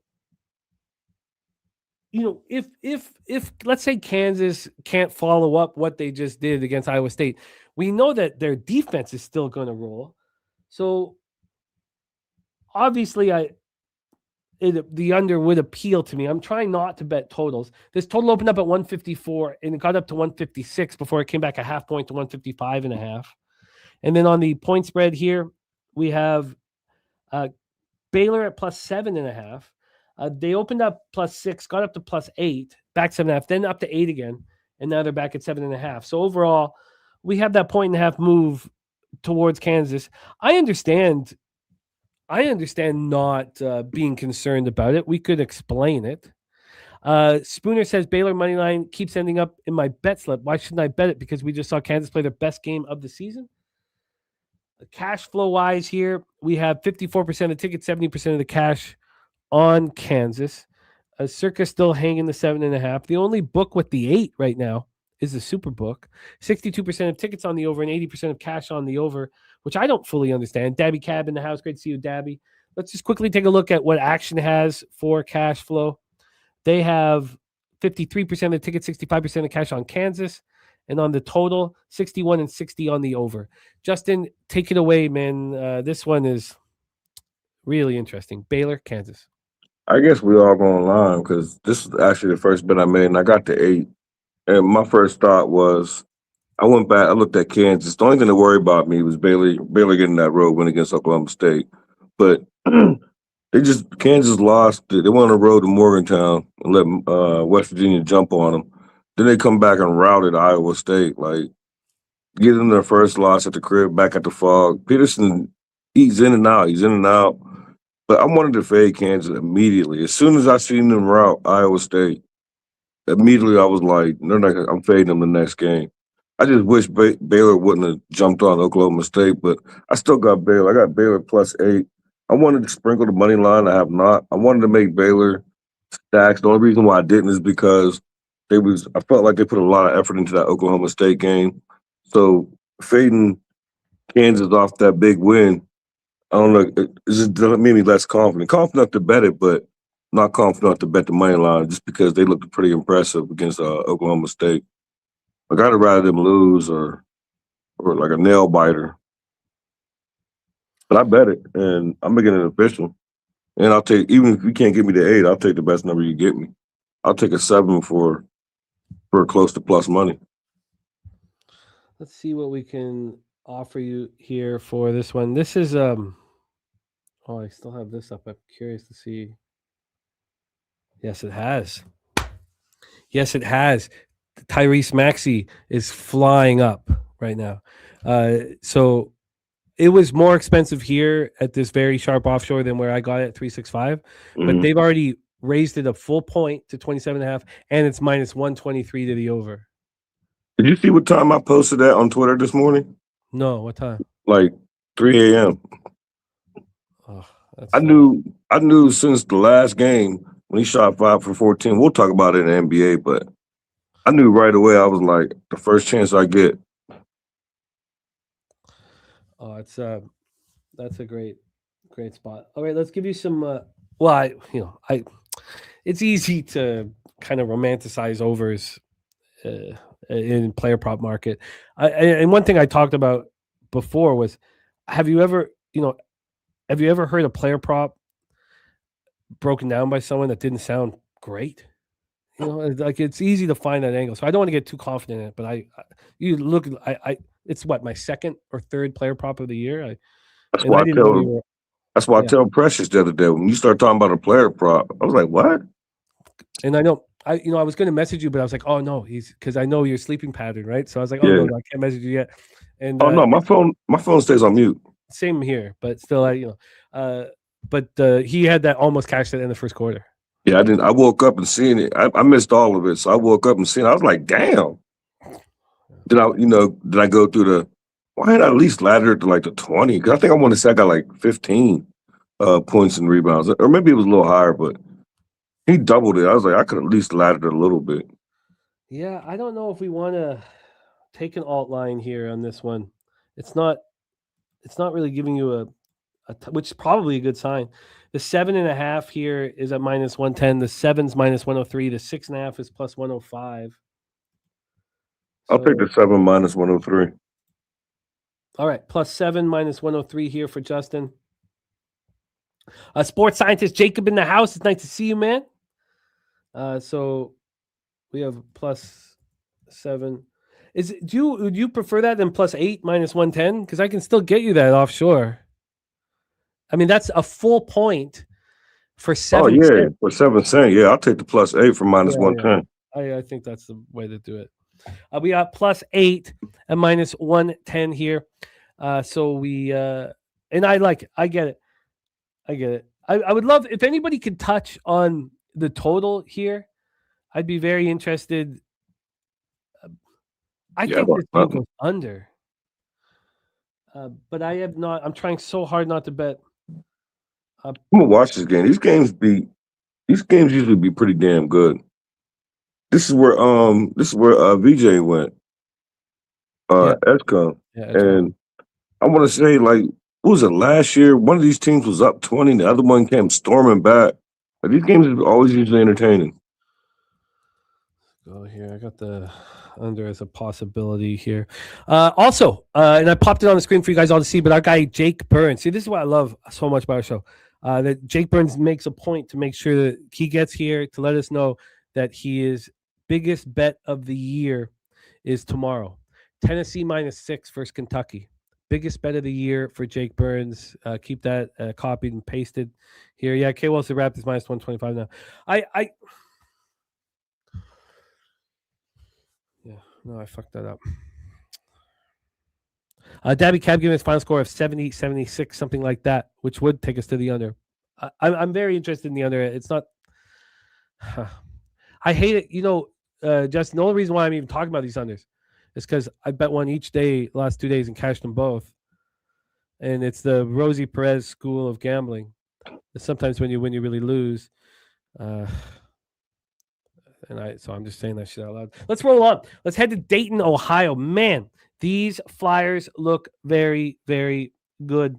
Loyola, Chicago Ramblers, 5-13, 1-4 in the A10 versus the Dayton Flyers, 13-4, 4-0 in the A10. This is not the Loyola Chicago team that I remember. Any of us remember. This is a bad team. Ranked 293rd right now by KenPom, 5-13 against the spread. I did cash a win with them. I've also lost a couple times with them, but I have found spots where we can back them. But this Dayton team is very, very good. We're going to be seeing a lot of them as we move forward. Let's set up this line history and cash flow. We have the Ramblers coming off 4 straight losses. They played Dayton already, and they played them tough. That's the problem. I think that was actually my casher with Loyola. It was against Dayton. They played them tough. They were huge dogs. So Dayton's not going to overlook them, which they were probably doing the first time these teams met. Dayton probably is going to destroy them now at home. But we have this huge number. It's not like the books are going to be caught off guard by it. So let's pull up the line history here for this one. We have Dayton -16, -115. Maybe we could just sit back and wait, see where this number ends. Opened up at -18 at 1:39 p.m. At 10:30 this morning, it was a 15.5. Now it's a 16. I guess I should just let this game go. But the fact that the Ramblers gave him such a tough game to begin with, I just think Dayton just teaches them a lesson. This total opened up at 1:45. Listen to this: 1:45, 1:39 p.m. 1:49 p.m. 10 minutes later, it's a 1:41. So it's come up a 1.5, but I wouldn't get too caught up in it. And this is the over that AM was talking about. This is the over. Loyola Chicago Dayton over 142. This is the blowout bet over when the team is a big favorite, spread of over 15, and the game total is under 150. So we have AM moving on this. The current season record for this angle, right? Is 74-46.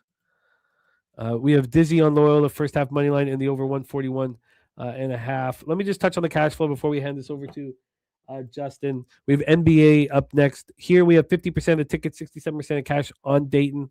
Line moving towards the Ramblers. And we go over to Action, see what their cash flow is going to tell us.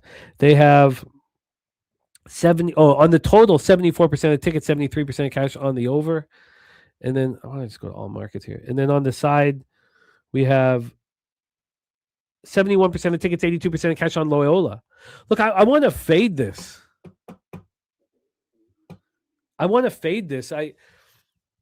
Of course, everyone's saying, well, what did we just see a week and a half ago? I think that Dayton might just destroy this trash-ass Chicago Rambler basketball team. But I don't know if I have the confidence to go up against the market. Let's hear from Justin. Justin, take it away. Ramblers versus the Flyers. Yeah, I'm pretty much right with you, and but I haven't gotten there. I don't have nothing official. I wanted to bet Dayton, but it's just like you said. I felt like Dayton's going to take it more serious, but I seen it when first looked at it. I seen it 17. I'm thinking you could take them serious and not beat them by more than 17. Like you could be up 25 and then take the foot off the gas and get inside that number. But I wanted to get to Dayton. I didn't have a feeling or opinion on the total, but like I have Dayton in my slip, but I don't think I'm gonna get there. There's nothing that I mean, this Dayton team's nice, but I can make a side for a point for both sides. You played them close one time.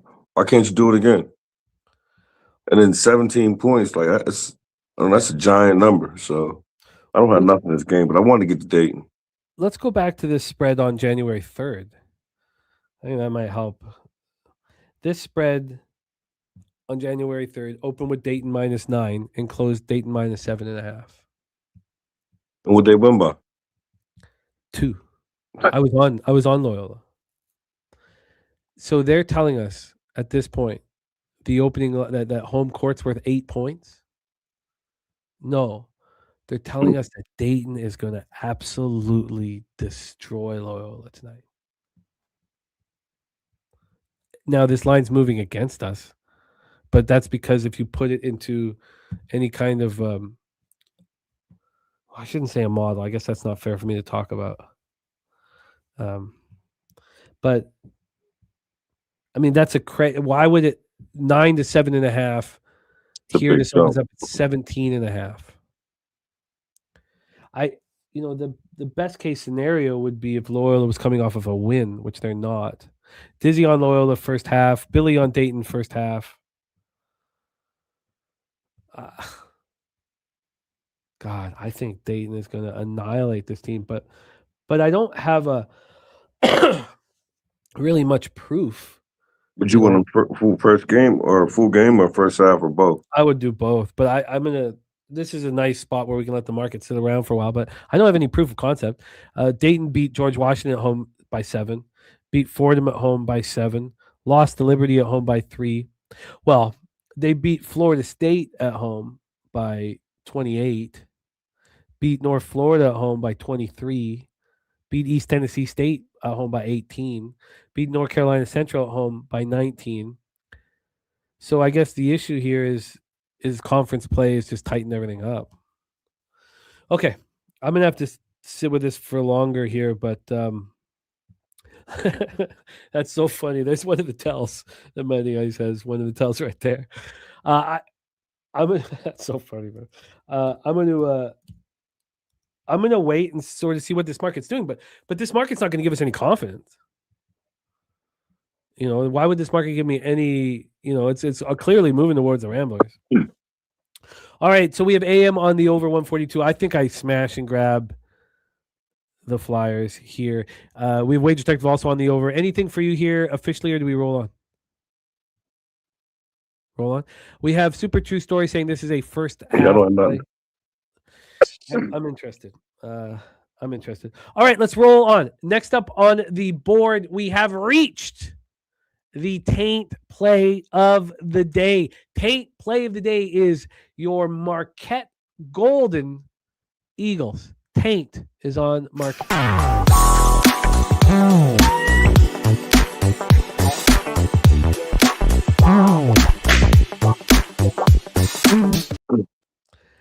Which is difficult because here we go. Because we have the college basketball spreadsheet play of the day on the other side. Ron Crawford is on the Blue Demons of DePaul. Ron Crawford!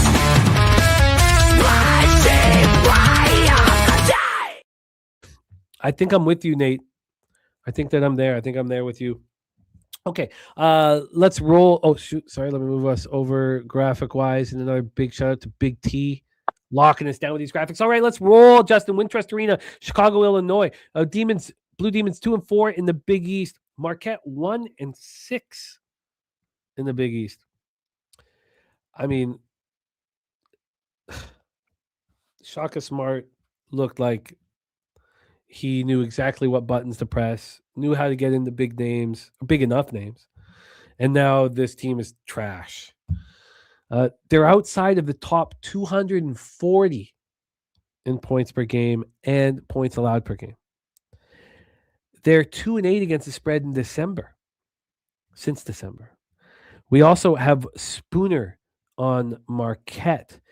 So Spooner is on Marquette money line. He's bypassing the points. We also have DePaul, of course, and Holtman under a very close, watchful eye with the point shaving issues. And if we want to talk about DePaul, they've covered 7 of their last 8, and they're 11-6 against the spread this year. So they're making their backers a lot of money. So let's set this one up and hand it over to Justin. We have these Blue Demons coming off a 72-60 loss at Connecticut, where they look great. They had won 2 straight, both at home over Georgetown and Xavier. It was the second time they played UConn. They looked bad at home and then really menaced on the road. Marquette has that home win by a point over Xavier, but they just got annihilated at St. John's. A pretty legit rest advantage, too, here for DePaul, as DePaul played on Saturday last. Marquette just played on Tuesday. Let's get this line history here. See what we are looking at. Oh, shoot. Sorry. I've got the so let me move back. I went back to January 3rd to see that line the first time the Ramblers met the Flyers. Okay, let me get over to today and let's get this line history up. Okay, so here we go. We have wow, there was just a move back to Dayton, by the way.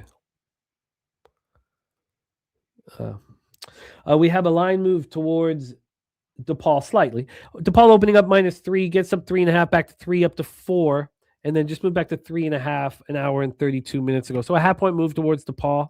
From a total side of things here, we have a 145, opened up at 141, and it's climbed to 145. It did get up to 145.5, so we got a real legit move towards the over here. And then let's get the cash flow here for this one. We have 58% of tickets, 57% cash on DePaul. And we know DePaul's been making their backers cash nonstop. They have Circa has 56% of tickets, 55% of cash on Marquette, and they've kept this at 4. Now, it did go down to 3 for a while, and a 3.5, but we're right back at 4. For the cash flow on the total, we know this has been flying towards the over. We have 85% of tickets, 87% of cash on the over. Wow, this is an interesting one. Marquette, DePaul, Justin, take it away. Yeah, I've been all over the place with this game. I bet it, though. Well, am I saying most all over the place? Me and Ron Crawford was actually texting this morning. He let me know about DePaul, and I was like, "Damn it!" And because I'm on Marquette in this game, coming off that St. John's loss, I'm on Marquette. I got plus. I paid a little juice at Bet Rivers when I bet it. I thought it was going to go down. That's why I jumped on it fast. But I got Marquette plus 3.5 minus 120, and I didn't mind the juice coming off that loss to St. John's. I still don't buy into this DePaul team. If I look at the strength of schedule for Marquette, the only thing keeping me off Marquette that I got past and why I bet it, I'm actually 1-4 betting Marquette this year. Like, I'm so tired of them. And it's funny to hear you say that Spoon is on Marquette because I got wrote down that 3 of those losses, Spoon was on the other side fading Marquette. So to hear him on Marquette money line, like, gives me a little bit of confidence. I ain't take the money line, and I'm not going to, but I'm going to have to sit with this longer. I think you're right. I mean, seeing Spooner so confident that he's just on the money line. Rob, yeah, he bashes Marquette. Oh, I know. That's crazy. I backed him against him, and he was right on that one. When you mentioned Spoon's name, I was just waiting for you to hear him say something about DePaul. To hear him say Marquette blows my mind. Like, what? Rob Free says, throw out all the numbers. Marquette is trash. Says, I watch these dudes play in person. Says, hell no, I don't bet money on these clowns. They're literally the worst team he's seen live. See, I don't think they're trash. Like, I mean, I don't think they're good, but I don't think they're trash. Like, they play some really damn good teams. Like, I mean, they get blown out a lot, but trash is, I don't know. They might be trash, but I bet them. Look, I'm interested in joining you guys. I just need to sit with this. I need to study it longer. I need to really sit with all this information. Can't believe Spoon's on market. That's wild. Rob, my man, yes. So very quickly, Rob wanted to talk about so if we're going to look for where the sharp money is, I think we should probably only focus on the odds logic board for that one, Rob. So we have here Rob asking about that Providence Creighton spot. We've Nasty Nate on his Friars. 60% of the tickets and 67% of the cash is on Creighton. And this line has moved 1 point towards Creighton. And over at Circa, they had 56% of the tickets and 76% of cash on Creighton. I think I'm probably comfortable still being on Providence.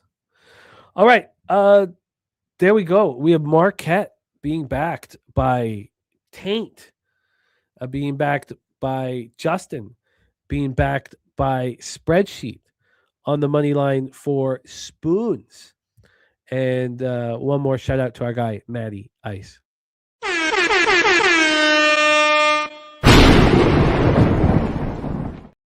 All right, let's roll on. Next up for us, we head to Muncie, Indiana. Oh, let me move over there we go. Oh, yeah. We have Ohio Bobcats 10-8, 4-2 in the MAC at the Ball State Cardinals 0-5 in the MAC, losing badly. Bobcats playing some really good basketball right now. Pavletsky, their senior guard, looks like he's in complete control. They have Aiden Hadaway who can, hit the glass and rebound the ball. They also have the redshirt junior Javon Simmons, just went for 21. They have a lot of veteran talent on this team. Let's pull up the line history and the rest situation here. The Bobcats going into Muncie to try to take out these lowly Cardinals. Let's go. We have, for the rest situation, we have the Bobcats coming off their first loss in a while at Toledo, 101-85. This team had been, running over teams. They had won 5 straight games. They had won 9 of 10. You could take 2 of those wins out against non-Div 1 opponents, but they were playing very good ball. And here they travel to Ball State. So we have the Cardinals here coming in off that 87-77 loss to Akron, which wasn't that bad. And that UMass loss wasn't that bad either. You want to have a bad loss, you go back to their last home game. They got destroyed by Eastern Michigan. They even played Miami of Ohio tough at home. So they've had some fine, they've played fine at times, but they've lost 4 straight. They've lost 8 straight against Div 1 competition. This is not a team feeling good about themselves. So let's take a look at the line history and hand this over to Justin. We'll start with the total. From a total standpoint, we have a 147.5. This opened up at 146. We've seen this climb 1.5 points, but it's not the whole story. Opened up at 146 and got up to 147.5, then came back to 146.5, then got up to 148. The last move was a half point move to the under 38 minutes ago. So overall, we've gone 1.5 points towards the over. Then on the point spread, we have Ball State +5. They opened up at +3.5 and then moved to +5 here. So cash flow wise, we have 71% of tickets, 72% of cash on Ohio. Circus got this at 5. Superbook at 5.5. Another book's at 5.5. So it's a clear move towards the Bobcats. On the total, we have 78% of tickets on the under, 52% cash on the under. Justin McKelvey, take it away, my man. I think you're muted, my man. Yeah, I was coughing. Stackz play today, number 2. Number 2 is Ball State +5.5. Excuse me. No worries. And I just like the way the last two games, the way they played. They lost them. They got blown out by double digits. But give me a second, Jim. Yeah, no worries. We have Stackz play of the day number 2 here. Okay, that's all I need. And the way they lost to Akron, I just feel like they're still showing fight. I don't think they quit. And all their home games, that's where they show all the fight. I was a little worried about Ohio, the way they lost the previous game. They might come in here mad. But I don't know. I know the whole world is on Ohio. I know it's a bad spot. But something's just telling me this Ball State team. And when I first woke up, it was plus 4.5. Then it went up to 5. That's when I got it. It's been going back and forth to 5, 5.5. But I don't know. I know it's not going to be popular. I heard you say, or maybe I read it in a comment that Spoon's on Ohio. But I don't know. I'm pretty confident in Ball State at home. I think, and quiet as kept, I ain't going to make it official, but I scored the money line on the tosser. Yeah, Spooner also on Ohio minus 4.5. Wow. I get it. Yeah, I get why I'm going to stay off of it. The problem is this is just Ball State's been playing okay. I know they're 0-5 in the MAC, but such a veteran-laden squad here on Ohio. Dizzy taking the double result. And they haven't quit, though. But Ohio minus 3.5. And that's the thing, like, from games that I've seen, because I like these up until, I don't even really care about the scandal, but I like these no major teams, like these Vermonts and Ball States and Miami. I like these type schools.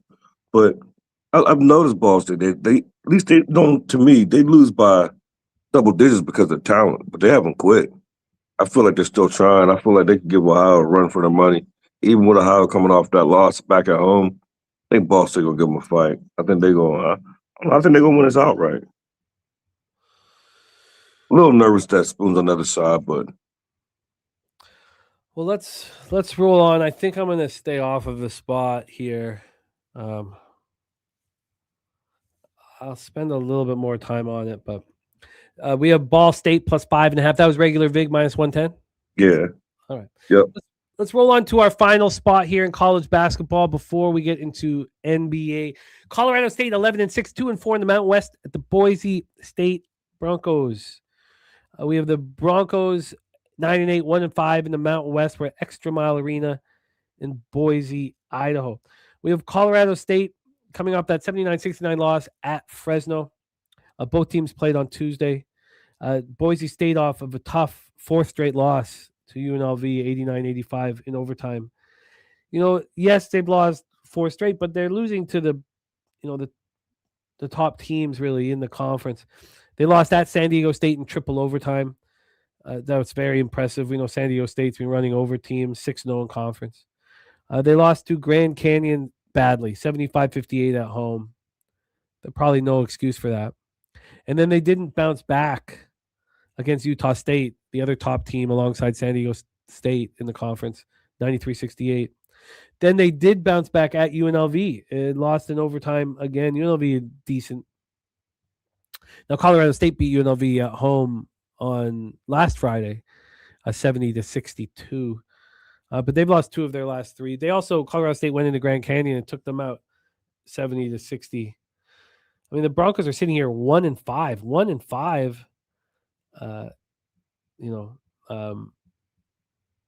In conference play, it's a pretty wild line.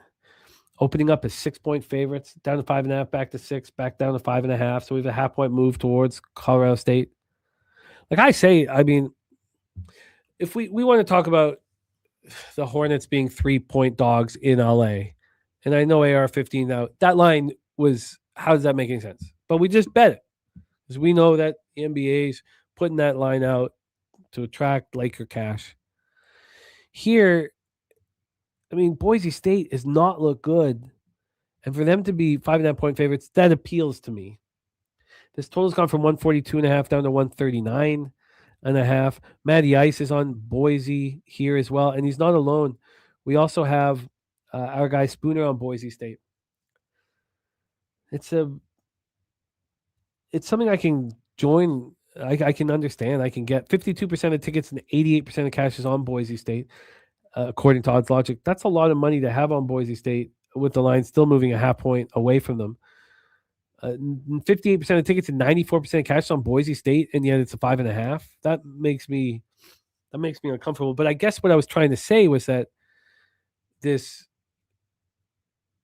is a jarring line. So I can understand why the Sharps like Boise and why I would think the public would be on Colorado State. Take it away. Oh, let's talk about a couple more things here from my notes. That was a nice performance by Colorado State at home versus UNLV. Some. You don't have no action. You don't move on pre-flop yet? I've not moved on any of these spots. Now, Boise State's 6-3 at home. They should be able to, win this board battle. And Drew Fielder looking nice. This is why I'm very interested in your breakdown. Take it away. Yeah, I'm probably gonna get there. Even by the time we get off to the finish breaking down the NBA, I'll probably let you know. But I have Boise State minus 5.5 in my best slip. I just think this is a nice opportunity to get a nice bounce back off a couple losses, playing this Colorado State team, and you're at home. It's just hard for me to trust this Boise State team. But the spread tells me all I need to know. Like coming off the losses, why is it 5.5? 5.5 because they're gonna get smoked back in Boise State. I'm probably gonna make it official. I'm just still wrestling around in my head. But it's either Boise State or nothing. I wouldn't be on Colorado State. Billy Friedrich says Colorado State plus 5.5 is big for him. Big spot for him. And I like the under. Yeah, Drewski moving on the under. Yeah, I like the under. 40 Kid says Sportsline Simulation has Colorado State winning outright by 2. KenPom has Boise by 5. I think this is a shocking number. I can see why people will gravitate towards it. So you've not moved on the 5.5 yet? Okay. Is it still available?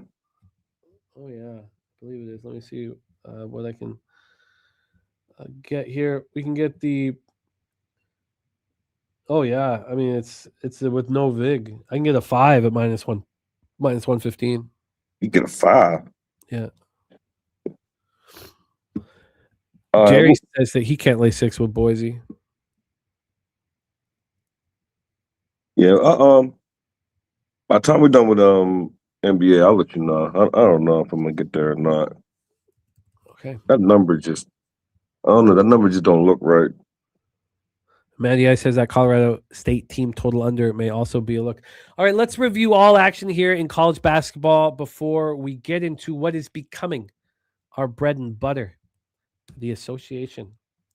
We have Justin on the under 162.5 at minus 112 in Creighton, Providence. I'll go over Justin's first. Then I'll go over Spooner's action as well. So we have Justin on the under 162.5 at minus 112. I'm going to be on Providence. Matty Ice is on Providence as well. Justin's on the over 169.5 in Toledo, Kent State. I have some interest in Kent State. May just stay that way. Justin's on Baylor plus 8. I have some real interest in this under, and I may get to Baylor as well. But I think that'll be my first total of the season in college basketball. Look, I know the line's moving against Dayton. I feel like this is one of the spots where you can just explain it. When you explain why a line is moving in that direction, then you shouldn't be afraid of it. So I think that they just destroy Loyola Chicago. Yeah, I took it broke down, but that's a big number. It's a huge number. But again, like there's, I'm going to have to say I can see them winning by like 15. Then we have the taint play of the day. It is Marquette plus 4.5. Robert Cherry's on Kent, Baylor, Ohio, and Colorado State. Stimmy has big bets on Baylor and Colorado State. Taint, as I said, is on Marquette plus 4.5. Justin got Marquette plus 3.5. Justin's on Ball State. Oh, yeah. Ball State plus 5.5. And then there's some possible move on Boise State. So, just to review action here from Spooner. He gave us Toledo, Kent State over 169.5, Kent State minus 4.5, Baylor plus 8.5, Ohio minus 4.5, Marquette money line, and Boise State minus 5.5, and minus 105. So let's switch gears. Oh, sorry, that's not what let me get off of this. Let's switch gears and get into the NBA, which has been very good to us. This is about as strong. I had this happen about 3 years ago as a very, very strong start to NBA that I wasn't really capable of continuing. I want to say that out loud because, I'm now. So, what's interesting here as well is we have Justin's action. Now, we're missing December 23rd, which I'll get. But Justin's action is from 2 shows. It's from the Low Shack show on Tuesday. He's done a couple Wednesdays with me. And he's done a Wednesday with Jose as well. So he's done a couple Wednesdays and then the Fridays.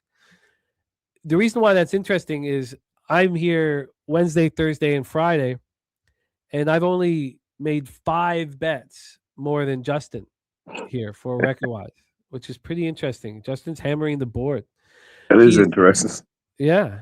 And so he's 75 and 75, and we'll have these records up, once we get Jose back. But his average line is plus 106. That's a really high average line off 150 bets. His ROI is plus 4.43%, and he's plus 6.65 units, which is very impressive. I'm 90 and 65, hitting at 58.1%, plus 16.69 units, ROI plus 10.77%, average line minus 111. And I would say, and again, whenever you get too confident, a hand comes out and slaps you in the face. And that could happen here, but this is as good as I've felt capping NBA in my life. I really feel like I can understand the points of attack. And you know what else I understand? I understand the worth of capping with Justin and capping with the chat. And as you have seen, Saturday, Sunday, Monday, Tuesday. Now Tuesdays will come back because I'll be back on Low Shack Show. There's no NBA bet. I'm not making NBA bets. I'm only doing it with you guys because it's not the. What do you think of this, Justin? It's not the work, the setting up your worksheet and all that stuff. It's sitting with it. It is, because we talked about this briefly on Low Shack Show. I said for me, I feel like everybody comes to different sports, may come and leave to these shows, to YouTube shows, depending on what sport. Because I used to always leave years ago. When hockey would come on, I'd be out, and I would just keep coming back and checking. So I know people leave, and everyone comes for different things. But for me, talking it out and breaking it down and hearing the info, the more info I hear, I feel like, according to what I already capped, I feel like it helps me out a lot. Just the back and forth, getting your point of view, mines, wine times, and Brizzies, and then I don't know, it just helps me out. I think that's why it's I don't know, it's just easier for me to break down, easier for me to see it clearly, talking it out. For me, I hear what you're saying, and I got Godfather's action, Stimmy's action.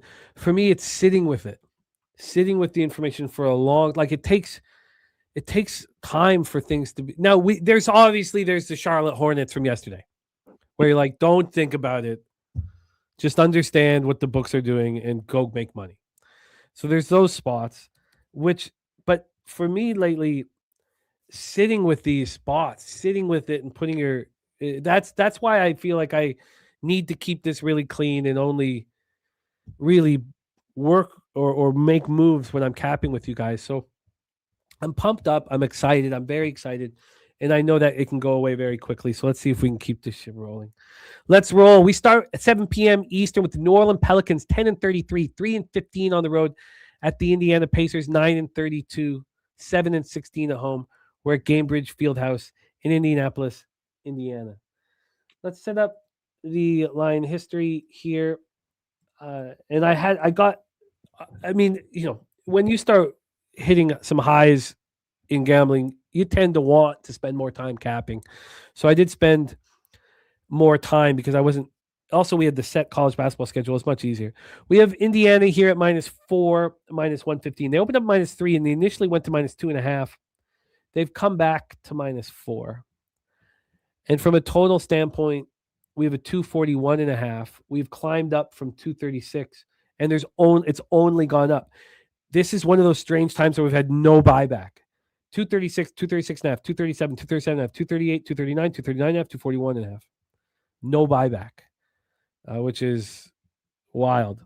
When you get to the cash flow for this spot, we have 67% of the tickets and 56% of the cash on the Pelicans, 77% of tickets on the under, and 50% of cash on the under. So, Conger saying that he started off handicapping NBA. That was where he started in his career. Beat NBA every season, hit a little bit last year, and he thinks he's bet it twice this year. Can't bet it anymore. Yeah, I just kind of like grimy stuff. Like I always have. If you want to know what off track that I spend most of the time at in Toronto, it was the Chinatown off track, and it's fucking disgust. It's horrifying, and I felt at home. You know, and this is a grimy sport to cap. Ton of corruption, and I like it. So let's roll here. Pelicans 2-8 over the last 10. 10th fastest pace in the NBA, 101.5 possessions a game, shooting 46.8 from the field and 34.4 from three. The Pacers 3-7. Third fastest pace in the league, 102.75 possessions a game. And they're shooting the ball really well, 47.5 from the field and 40.3 from three. Let me pull up the shoot around information. One of the things that first thing to jump out at me was, and I've been higher on the Pacers than others, but I was like, well, this line doesn't make sense. They're opening up the line at a number that will appeal to anybody who wants to back the Pacers. If the Pacers were, and then maybe they'll still win, you know, but if the Pacers were surely the right side, this would have opened up at 4.5 and it would be at 6 right now. The Pelicans are 3-15 on the road. The only place to trust the Pacers is at home, where they're 7-16. Now I can get over this. Oh, let me get Jerry Davis's action. Thank you, Jerry. I can get over that, but that's my first instinct is that, well, of course this line in the high owl saying the Pelicans suck. Yeah, of course this line's moving towards the Pacers. And I've backed the Pacers and with varying degrees of success. Like they're not a. So let's take a look at this. It's a very simple situation. Mathurin, Toppin, Jackson out. Jones, Murray, Alvarado out. So there's no question marks about who will be in and who will be out. Pelicans snapped their 2-game losing streak, the 116-113 win at home over Brooklyn on Wednesday. Trey Murphy, we've had Durrell talking about Murphy a lot. He goes for 30, goes for over 30, fourth time in his last 5, 34 points. He had 42 on January 6th in a loss to the Lakers. Zion went for 25 against Brooklyn. That's his fourth outing with more than 20 over his last 5 games. We saw them put together a real stretch, the Pelicans. From December 11th to December 22nd, they won 5 straight games. That shit is over.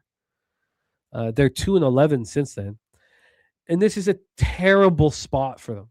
Third game in 4 nights, fourth game in 6 nights, the first game of a mini 2-game trip. They play at Houston on Sunday. The Pacers had their 3-game winning streak snapped, a 115-101 loss at home to the Raptors on Wednesday. This is the final game of a 4-game homestand. And what we've seen, the difference in Indiana is not their offense, it's their defense has been stepping up. What they do against the Heat and Celtics, they held them to 99-96 respectively. Now they do allow 115 to the Raptors, but even that's below what they usually allow. I mean, this is a team that averages 118.3 points per game allowed. Toppin out since breaking his foot. He's been out for a long time, since October. Mathurin's missed 6 games with a sprained right thumb. When I did the X's and O's, I was like, well, this has to be the Pacers. When I look at the opening line, I think maybe I don't have to bet this game. Justin, take it away. Pelicans, Pacers. Yeah, I didn't want to get to a side or a total in this game. And you kind of led into it. And I've been on him right with Daryl a lot. And that's where I got to. I don't feel like – I don't want to be on the Pacers laying points ever. I like the Pacers at home getting points. That's where I'll take them. Like right around that little +4, +5. They just beat the Celtics outright when they was +5.5 at the home. And I don't want the Pelicans pretty much ever, unless they're at home in the same situation. So I'll just trust Trey Murphy. I got over 21.5 points at -109, -108. But I didn't post it nowhere, so if you give me a better number, I'll take it. Can you give me that one again that you got? Over 21.5, -108. All right. Let's get that for you. And is that just sorry? Can you? That's just straight points? Yeah, just his points. All right. Let's see what we can get you. What do And you that was think? at Bet Rivers. You got that, Rivers. What do you think of this? What I said about this line opening? I don't know. The first thing when I look at it, it's like Pacers -4 playing the Pelicans. It's like at home, and if you look at the trends, you would want the Pacers in this spot. And the line tells you this is the Pacers spot. Like, why else would they be -4?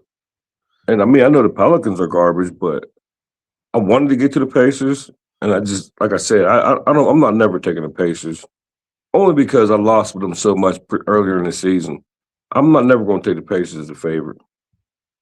Not saying they're not going to win, but and the Pelicans, they're self-explanatory. Like, I want them always at home getting points. I usually like their overs, but I don't know. I usually like toilet bowl games, but I couldn't get nothing outside of Trey in this game. Would you lean in the Pacers? It's moved to 22.5. The over is -103. Okay, I'll take that. Okay. I thought you get 25 anyway, 25 plus.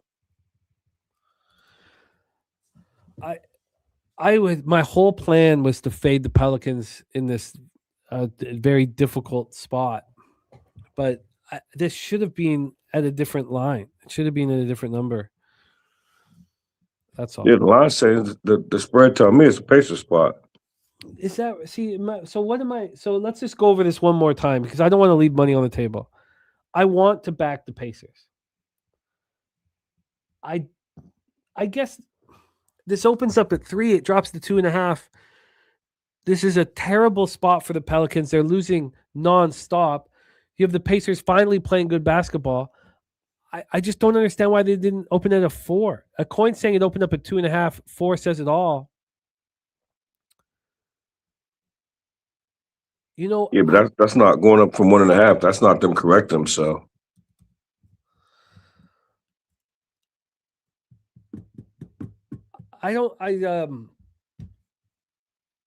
So that's the only thing keeping you off the Pacers is why it didn't open up at 4? Or even like a 3.5 heavily juiced. Yeah, I don't get it. Like the Pelicans are 3-15 on the road. They're garbage fire. They've won 2 of their last 13 games. They maybe not trying to win games. It's their 3rd game in 4 nights. It's their 4th game in 6 nights. I maybe I mean, there's no way I'm going to be on the Pelicans, but I just if this was the right side, it shouldn't have opened up at this number. Or maybe I'm overvaluing the Pacers. It's just that they're playing good basketball right now, and they're at home where they've been good of late. I mean, look, this is crazy. Like they just beat the Celtics. They beat the Heat by 24 points. This is all in the last week. Look, I can't do it. I can't do it. This should have opened up at a different line. And I just have to stick to this. The Pacers just beat the Celtics, just destroyed the Heat. Why are they not bigger favorites at the opener? Of course, this line at 2.5 is going to go to the Pacers. I can explain that. So I'm going to just stay off of the spot here. One more time. What was the VIG for the over 22.5? -103. Okay, thank you. No worries. Okay, let's roll on. So, and I get what Coin is saying. Open to -2.5, now -4 says it all. Not to me. To me, this should have opened up at a different number. Because it's a horrible situation for. Okay, we've said enough. Let's roll on. This is the first game that I've bet, and we talked about it off the hop. I've moved on it in 2 different ways. Justin on it as well, and I didn't know that, which is excellent. So let's roll. Cavaliers 23-19, 9-9 on the road at the Philadelphia 76ers, 22-17, 10-10 at home. We're at Xfinity Mobile Arena in Philadelphia, Pennsylvania. Both teams 6-4 over their past 10, and we have the benefit of these teams just playing each other in Philadelphia on Wednesday, so same arena. Cleveland 6-4 over their past 10, playing the fifth fastest pace, 102.6 possessions a game, shooting 49.5 from the field and 38% from three. Now, that is with Garland healthy. It's obviously when you have your top distributor healthy, you're going to be in better situations to hit these shots. Philadelphia 6-4, 99.44 possessions a game, 16th fastest pace, shooting 47.5 from the field and 35.3 from three. We already heard Stackz play of the day. We talked about it, but we didn't hear the reasoning behind it. So let's just start with Stackz because I'm on it too, and then we'll focus on side and total. So Justin McCelvy, let's set this one up. Stackz play of the day number one. It is a great feeling when you come to the show or you come to work and you have the same action as Stackz. And, we didn't talk about it beforehand. And I'm seeing it climb. So first off, shout out Justin, and let's shout out Stackz.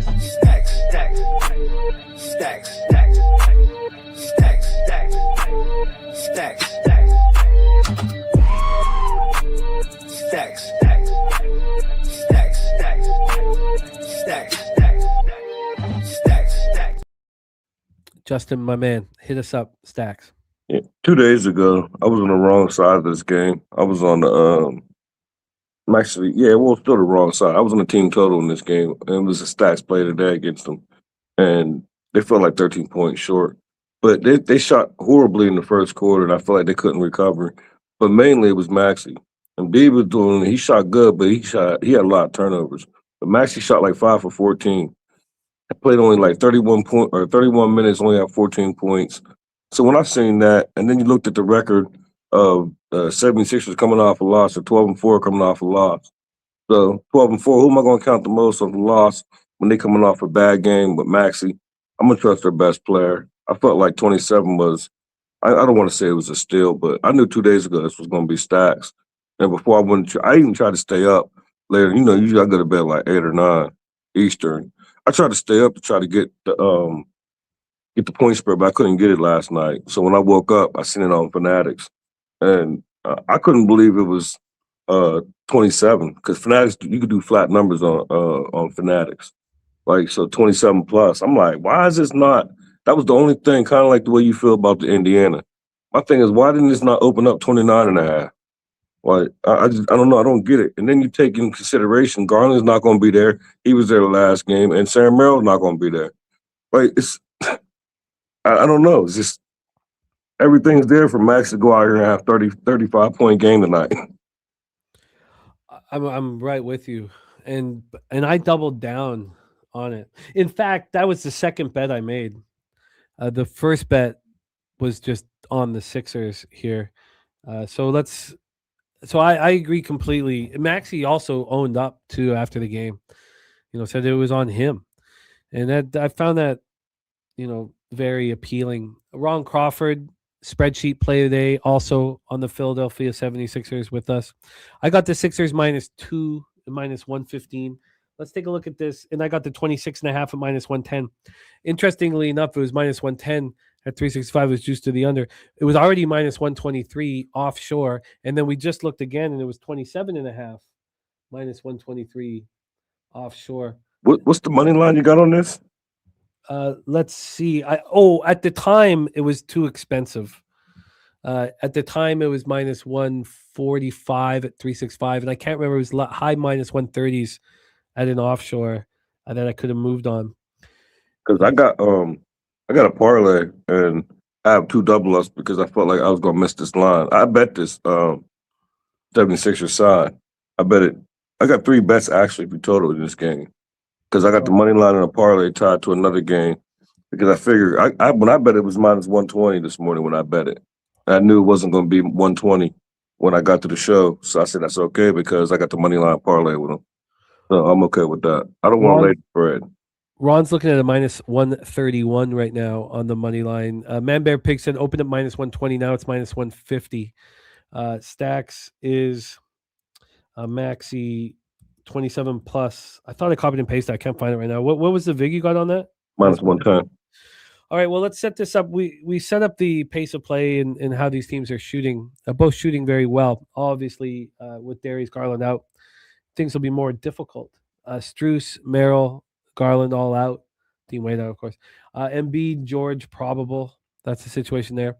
We have the Cavs coming off their second win in 3 games, 133-107 over these Sixers here in Philly on Wednesday, and they dominated the game.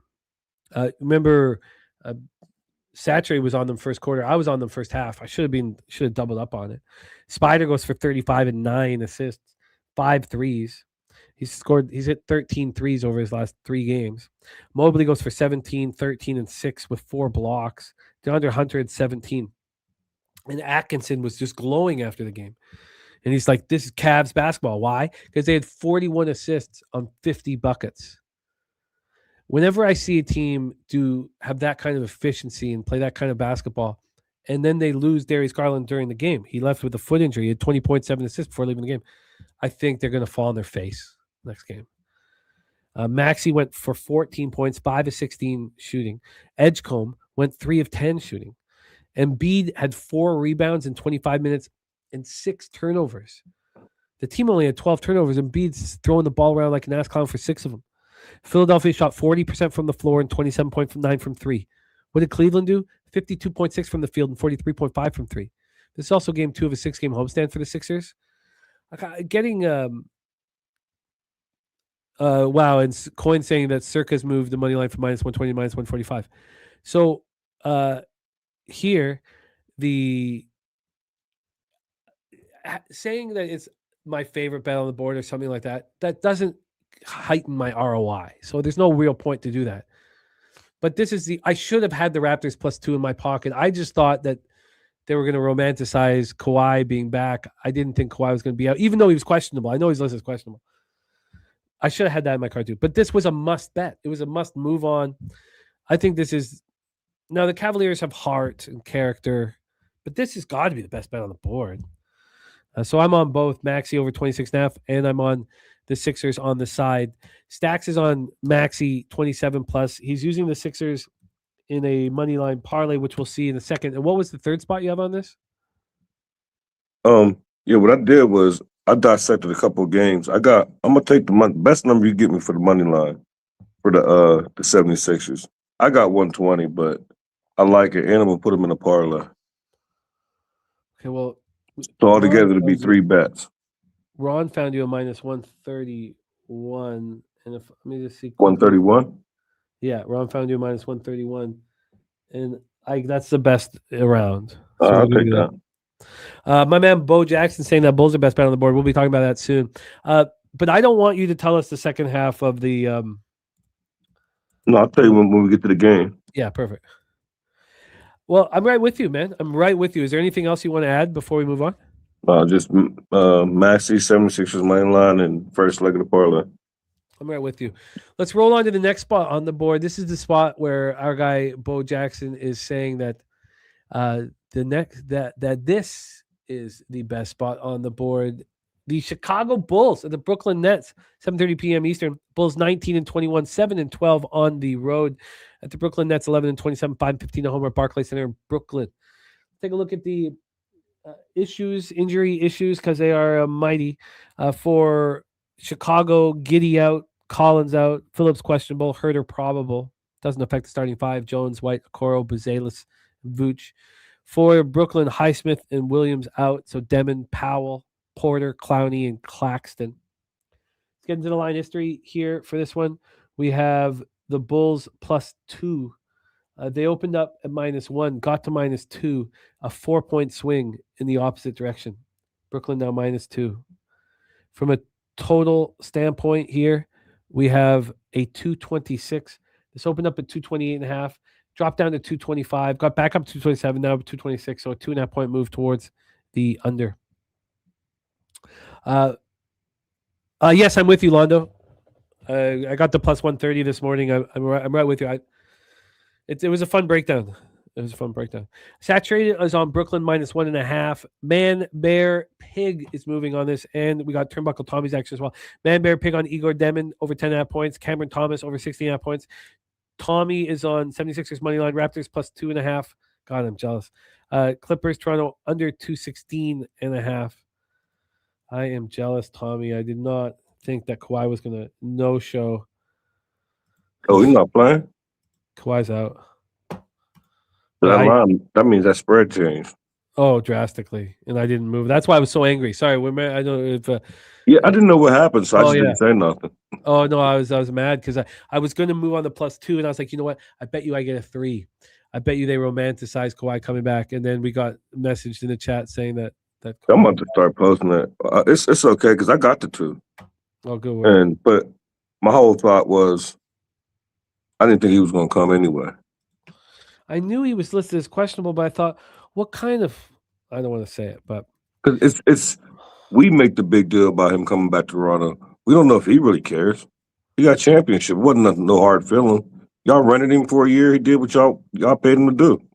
Nobody hates him out here. Yeah, that's what I'm saying. He's not hated, so it's not emotional. There's no, I'm going to play injured just to go back to Toronto. I can sit this one out. Yeah. Yeah, he said, if I could ever seen the weather here in Toronto. Drewski on the over 225. And Bo Jackson going to the Raps game. Yeah, jealous, man. But let's roll. So we have the Bulls. Oh, did I do the line history? Yeah, I did the side. I just didn't do the... Oh, and the total, yes, it dropped. And then cash flow. I think this is important. So let's hit the cash flow. Cash flow wise, we have 53% of tickets, 67% of cash on the Bulls, 69% of tickets on the under, 57% of cash on the over here. So Bulls 4-6 over the last 10, 18th fastest pace, 99.35 possessions a game. It's slowing and slowing and slowing down. 46.2 from the field, 34.2 from 3. Brooklyn 2-8 over the past 10, the slowest pace in the NBA, 94.91 possessions a game, 44.9 from the field, 33.5 from 3. Both teams shooting very poorly from the outside. Bulls coming off their second win in 3 games, defeating the Jazz 128-126 at home on Wednesday. 10-7 in their last 17 games. Remember, they lost 7 straight between the end of November, beginning of December. With like, oh, this team's done. They've turned it around. Vooch went for 35, and the only other Bull to go for double figures was Okoro with 12. But the Bulls hit 17 threes. The Bulls shot 51.1 from the field. They scored over 125 for the 8th time in the last 17 games. But this is their 3rd game in 4 nights with constant travel. They host these Nets on Sunday, so it's a home and home. The Nets won 7 of 10 in December. And we thought, wow, no, they're getting it together. They've now lost 5 straight, 8 of 9. That was a 160-113 loss to the Pelicans on Wednesday. Michael Porter Jr. had 20. Last 2 games, he's shooting good. He's shooting well, 10 of 22 from 3. But from the field, he's shooting poorly. Overall, he's shooting poorly, but he's shooting well from 3. Igor Demin, 17 points. That's double figures for him, 10th time in the last 12 games. He's also hitting really nice behind the three-point line. 52.7 over his last 7 games. And that's not a low sample size. He's 29 to 55. He's going to be a really good point guard in this league. Drewski on the Nets money line. Coin says Brooklyn feels live here. Money line went from -115 to now -130. I'm interested that Bo Jackson thinks the Bulls are the best bet on the board because the Bulls are in a similar situation that the Pelicans are in, where they have a 3rd game in 4 nights with constant travel. I got to see if I can get past that opening line with the Nets game. I don't know if I can. Take it away for us here, Justin. Bulls, Nets. It's funny we don't talk our breakdowns, but it seemed like when I'm on a prop, you always mention his name, like every single time. Like, that's hilarious. But I'm on Michael Porter Jr., and I'm on his 4+ threes, -125. And actually, no, my fault. -135 is what I got it at. I paid up for the juice because it's exactly what you said. He's not doing nothing but making threes. He's not getting no 2-pointers. He's barely getting free throws. All he's doing is just bombing up threes, and he's cashing them. And I've been doing these. I started about 2 weeks ago, and I don't know. I kind of like this 3-point mark, this little market. Like, I like it almost as much as the interception market in the NFL. Like, it's easier because you could get your 3-point prop and not cash your points prop. It happens all the time. And when I started writing it down and tracking it, and then I'm looking at this matchup, like this Bulls team, they don't play no defense. Like, I know if you look at their statistics, and the statistics say that their defense efficiency is best, but I don't know. I just don't see it. And that's just my opinion. It's not stats, but I just see guards and I see like guards always getting off. But the recent form of Michael Porter Jr., I wanted to be on the Nets, but the Nets is the same thing as well that you said the same situation as the Pelicans as far as the Bulls, because the Nets is the same situation as the Pacers. I don't want the Nets as a favorite. Like I don't want to lay no points with Brooklyn. I'll take Brooklyn with some nice plus money points, like +7, +5, but I don't want to get there with the Nets. Maybe I'll try to live bet the Nets if they go down a few and try to get like a plus money spot for them. But I'm confident in Michael Porter. I know it's going to be juice. Even if you give me a better number, I know it was juice, but I'll take it.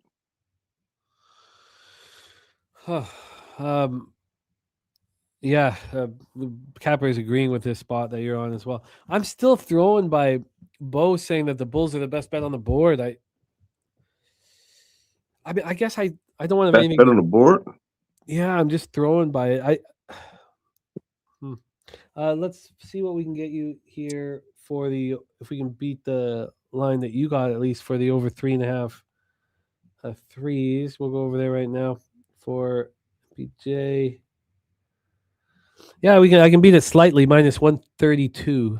That's cool. I'll beat it by 3 cents, -132.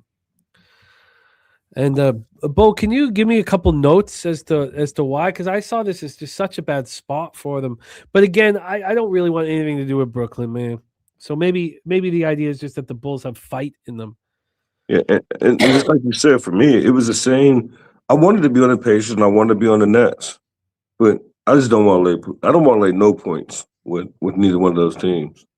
So I couldn't be it. But I'm 1-2, 1-1 with 1 win, 1 loss, betting Porter's threes, but that was before he got hot.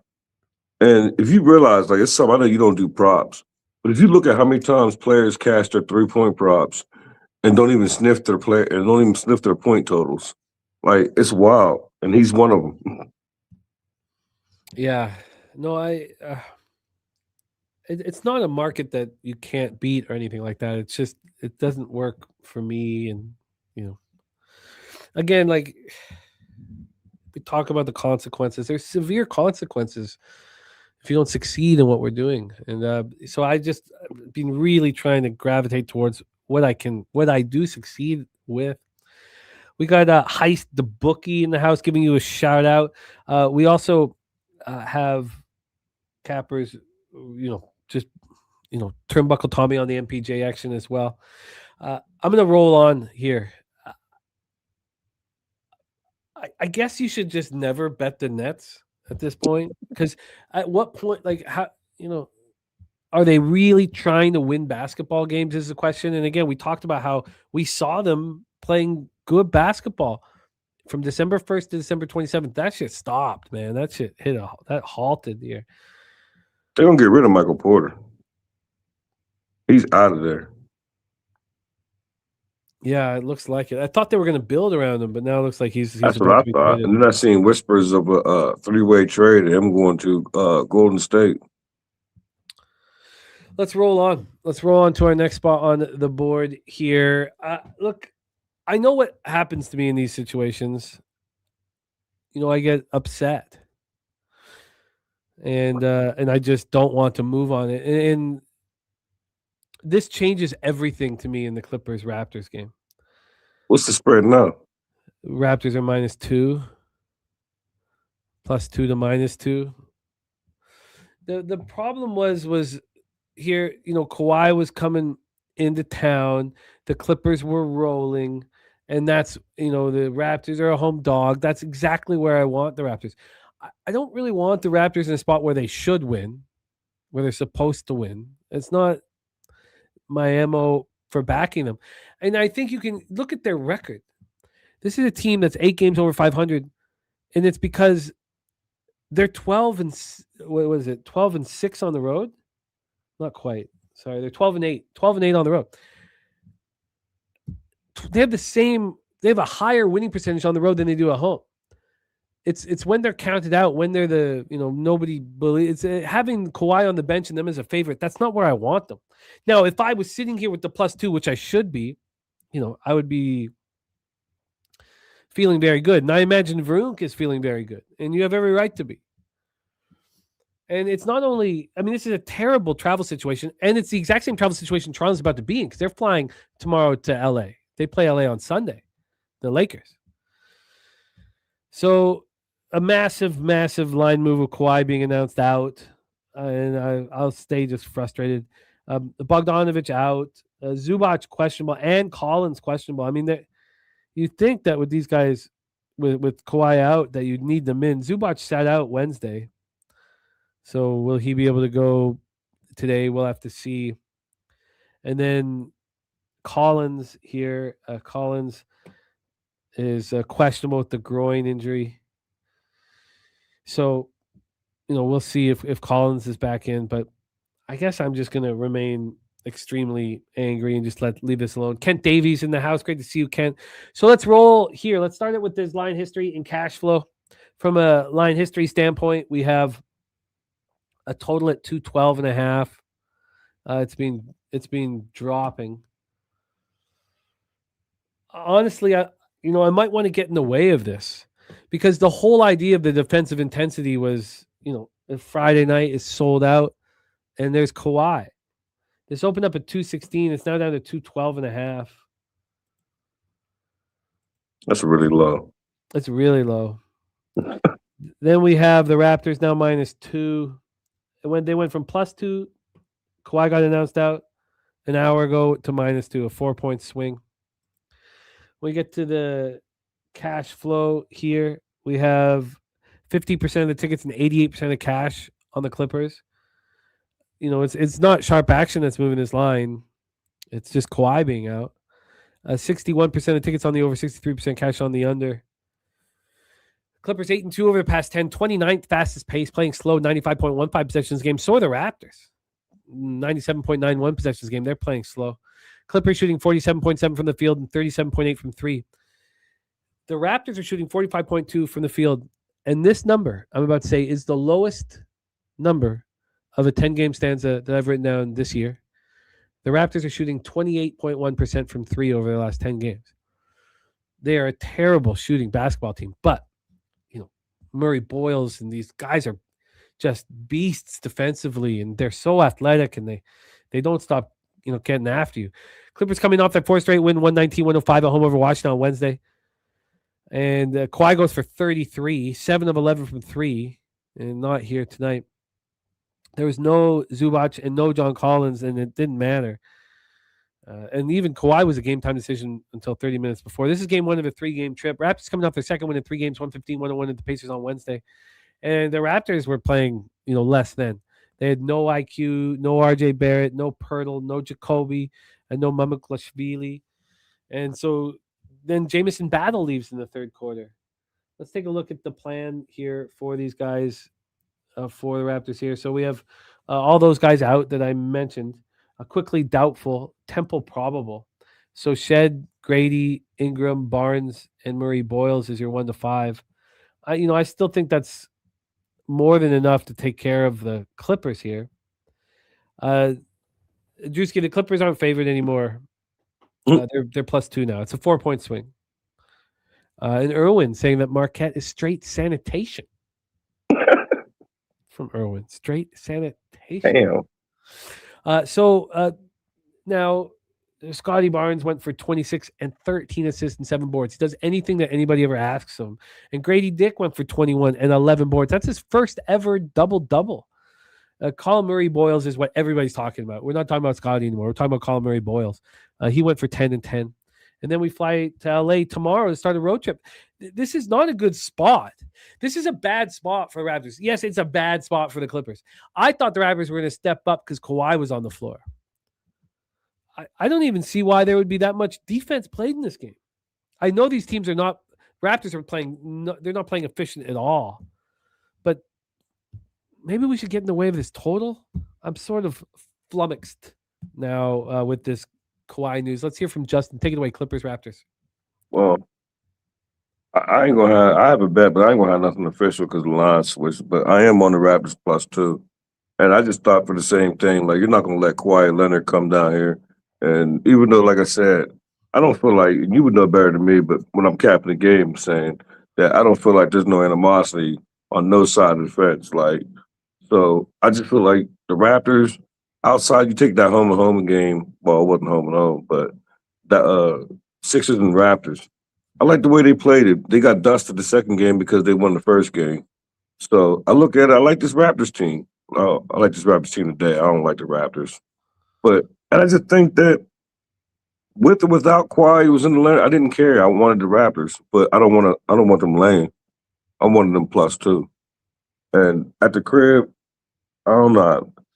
I wasn't confident enough because the Clippers the recent form for the Clippers, and then now Kawhi's out. I don't know how I feel about it.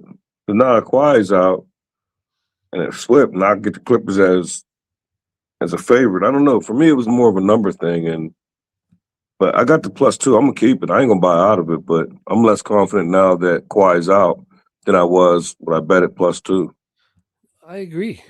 I mean, he was going to set an intensity on the floor as soon as that game tipped off. I mean, Yeah, and it's like to me, all caps is off once Kawhi's out because this total, like you said, I think this total is shot. I don't know why it's going down. Like, I think it should go to tick up the other way. Like 100, you said it's 212? It's like 106 each with a 2-point spread, 106, 107. That's wild. That has to be too low. Unless you're saying this is going to be like a 110 to 94 game. I think that it's too low, but 212? When we seen a 212? Sorry, where? No, I'm saying like how often do we see a total this low, like a 212? Yeah, we might see like a 219 or 221, but 212? This is just not where I make money. Like this angle, I have to keep it so clean to beat NBA, and that's just basically sides and a few unders. It's not my wheelhouse. Obviously, the 212.5 is a very appealing number to try to get over. But then when you think about it here, if you look, there's only been one Clippers game over the last 5 that would have gone under 212. And there's only been, in the last 4 Raptors games have all gone over 212. So why are they putting up a number like that? That I usually get concerned about those situations, then find that appealing. This whole, look, I had the script. You had the script. We had the script. Script's thrown in the garbage now. No, I was just going to say, I think I'm writing it down. I'm going to buy out of it and make a couple pennies. I got them +2 to -2. Maybe I'll make a penny or two, but my whole cap, I don't feel the same way I did when I made the bet. Yeah, I agree. And then Tommy's saying the problem is, do you trust both offenses enough without Kawhi and RJ to put up points? Yeah, I mean, Kawhi also helps defensively, but you're right. He just went 7-11 from 3. Yeah, I'm just walk away. And then we do also lined up the over at first glance. All right, I'm going to Varun, great job, though. 4th and 1 says it's Toronto spot. I certainly felt that way when Kawhi was in the lineup. And the reason why I don't really is because the Raptors, they fly to LA tomorrow. It is -20 today with 5 feet of snow up here. You don't think they're excited about getting on that plane? Hey, they ready to get the hell out of there. Oh, in a fucking hurry, man. All right. That's but now if I was sitting in your shoes with the +2, I would probably feel pretty good. I don't feel pretty good. No, I get it because I can understand now, but I do. Yeah. And Drewski moving on Clippers money line. Jose on the Raptors team total over. Let's roll on. And you would think with the line going to my favor, I would, but the line's going to my favor, but it changed my whole entire cap. So now the whole way I made a bet according to my cap that no longer applies. Let's roll on to 9:30 p.m. Eastern. I know a lot of you guys, and not you specifically at all, Justin, but just a lot of the cappers in chat were on the Rockets yesterday. I don't, the Thunder, you could say that it was a sell spot because of what they just did to the Spurs. The Rockets were 12-2 at home and KD on the floor. You get up for those games. And, I stayed off that spot, but that line moving towards the Thunder, the public on the Rockets, it just seemed like the spot to back them. Now you have a Minnesota Timberwolves team with no Ant, and teams step up in that situation, but Houston was just embarrassed. I just talked about what the Raptors have done over the last 10 games from three, 28.1%. You know what the Rockets are shooting from three over the last 10 games? 29.4%. Horrible. We have AM here on the Rockets -4. It is a blowout bet against a team that blew out its previous opponent by 33 plus against the spread. And Londo, I know the spite bets, man. They cashed a high rate, man. The Wolves are coming off destroying Milwaukee on Tuesday, 139-106. Londo says he's going to keep fading this sorry-ass Rockets team. Let's get into the line history here for this one. We have – I've got the shoot-around information up. Eason is questionable. Ant is out. There's nothing more to know about this game than that. Right now, Eason is questionable with that right ankle sprain. He's missed 3 straight. So, whether or not he'll be back, we're not sure at this point. But it is a big deal defensively. Let's get into the line history. We have these Houston Rockets -4.5. They opened up at -4. We did see this. We saw a huge move. Now, I don't want to get too caught up into it. We saw a huge move towards Minnesota. There was a 3-point move towards Minnesota in the first 20 minutes this was available. And then it came back at night. Then it dropped down to 3.5, back to 4, and now we're at a 4.5. So overall, we've had a half-point move towards the Houston Rockets, whom you would expect will bounce back here. This total is at 222, opened up at 224, got up to 225.5, and then dropped. And we have the Godfather also moving on Grady Dick under 16 PRA. Turnbuckle Tommy saying Houston 3-0 to the over on a back-to-back. Minnesota 5-1 to the over when playing as a road dog. He says over. So Minnesota 7-3 over the past 10, 7th fastest pace, 102.30 possessions a game. Londo is on Minnesota +4.5. And this team is shooting the ball beautifully. 51.5 from the field, 39.7 from three. The opposite of what the Rockets are doing, 44.8 from the field and 29.4 from three. 28th fastest pace. Now, it's sped up a tiny, tiny bit. We know they were the slowest pace in the league yesterday, so they've moved up 2 spots. I mean, it's all right around. Everybody, all those bottom teams are right around 95 and change possessions a game. Wolves coming off their second straight win, 6 in 7 games, 139-106 in Milwaukee on Tuesday. And they did that without Ant. 29 points per game. They did without Rudy Gobert, who was suspended. It was impressive. Who came in? Bones Highland went for a season high 23. This is the first of a back-to-back. They play at San Antonio tomorrow night. So they got Wemby tomorrow night. The Rockets are on the second half back-to-back after a disappointing 111-91 loss at home to the Thunder. So that's their 5th loss in 7 games. They had won 7 straight at home as well. That came to an end. Houston shot 33.7 from field. And Katie, Jabari Smith, and Sengun shot a combined 35.9%. Amen Thompson, let alone, I could have used him in that breakdown too. Amen was 4 of 16. He scored 13 points.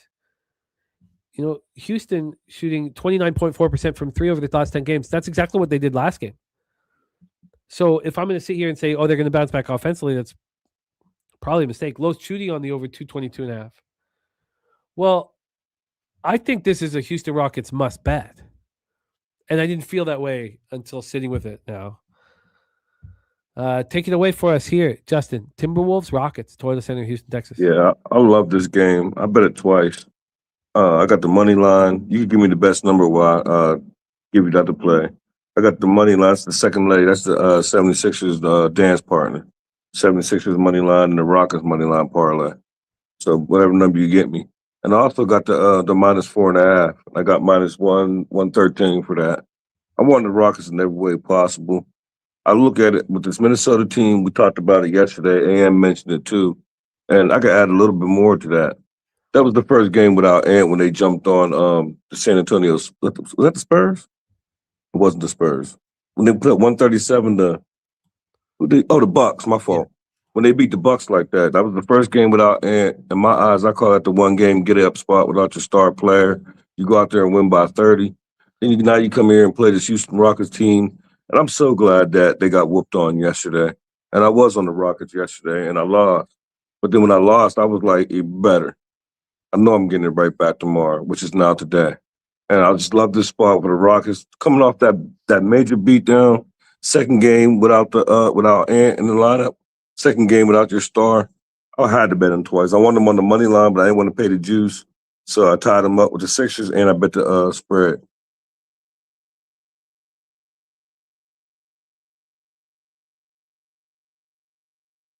Are you on mute or are you not talking? Yeah, thank you. Sorry, my All right. I can get you that moneyline parlay at plus 173 right now as we speak. So that's a Rockets Sixers moneyline parlay plus 173. I like it. And then you have the Rocket. Did you tweet out the 4.5, or can I find you a line? No, you can find me that's line. Well, then you have options here because you can get the minus 4.5 minus 103, or you can get the minus 4 at minus 113. I'll take a flat 4. Minus 4 at minus 113. I'm a heavy believer of the flat numbers if you can get them. Me too. Especially in the player prop market. Steve says, is there any concern with this line being so low? No, this line is where it should be to me, Steve. Exactly where it should be. You got Houston on the second half back-to-back, playing terribly. You have, Gobert coming back to Minnesota after a suspension. And then we just saw what Justin talked about with the bounce, that first game bounce without your star player. In the recent form, this line is low because of the recent form of the Rockets. Mm-hmm. Like, the recent form of the Rockets will tell you, like, why would you want the Rockets in this spot? And my whole thing is, I'll tell you why. And my whole thing, I think the market, just in the Rockets, if you look at them, in the top 5 teams in the West or 5 teams in the NBA, it's going to be hard to find teams with more losses with less losses than the Houston Rockets. I want to say Brizzy brought that up. Like, they're not as bad as the recognition and the slander they're getting. They had a little downturn when Sengun went out. They couldn't win a game. They couldn't score no points. Then the first game, he came back. They lost. Then they jumped on the Bulls, but they didn't cover. So I get it. That's why the spread is so low. And it's the Timberwolves. They're getting a little bit more overhyped because of, okay, wow, they jumped on the Bucks and won by 30 without Ant. What they going to do to Houston? That's why they just give them too much respect. I think it's an overreaction. It's a second game spot. So I think it's the best spot on the board.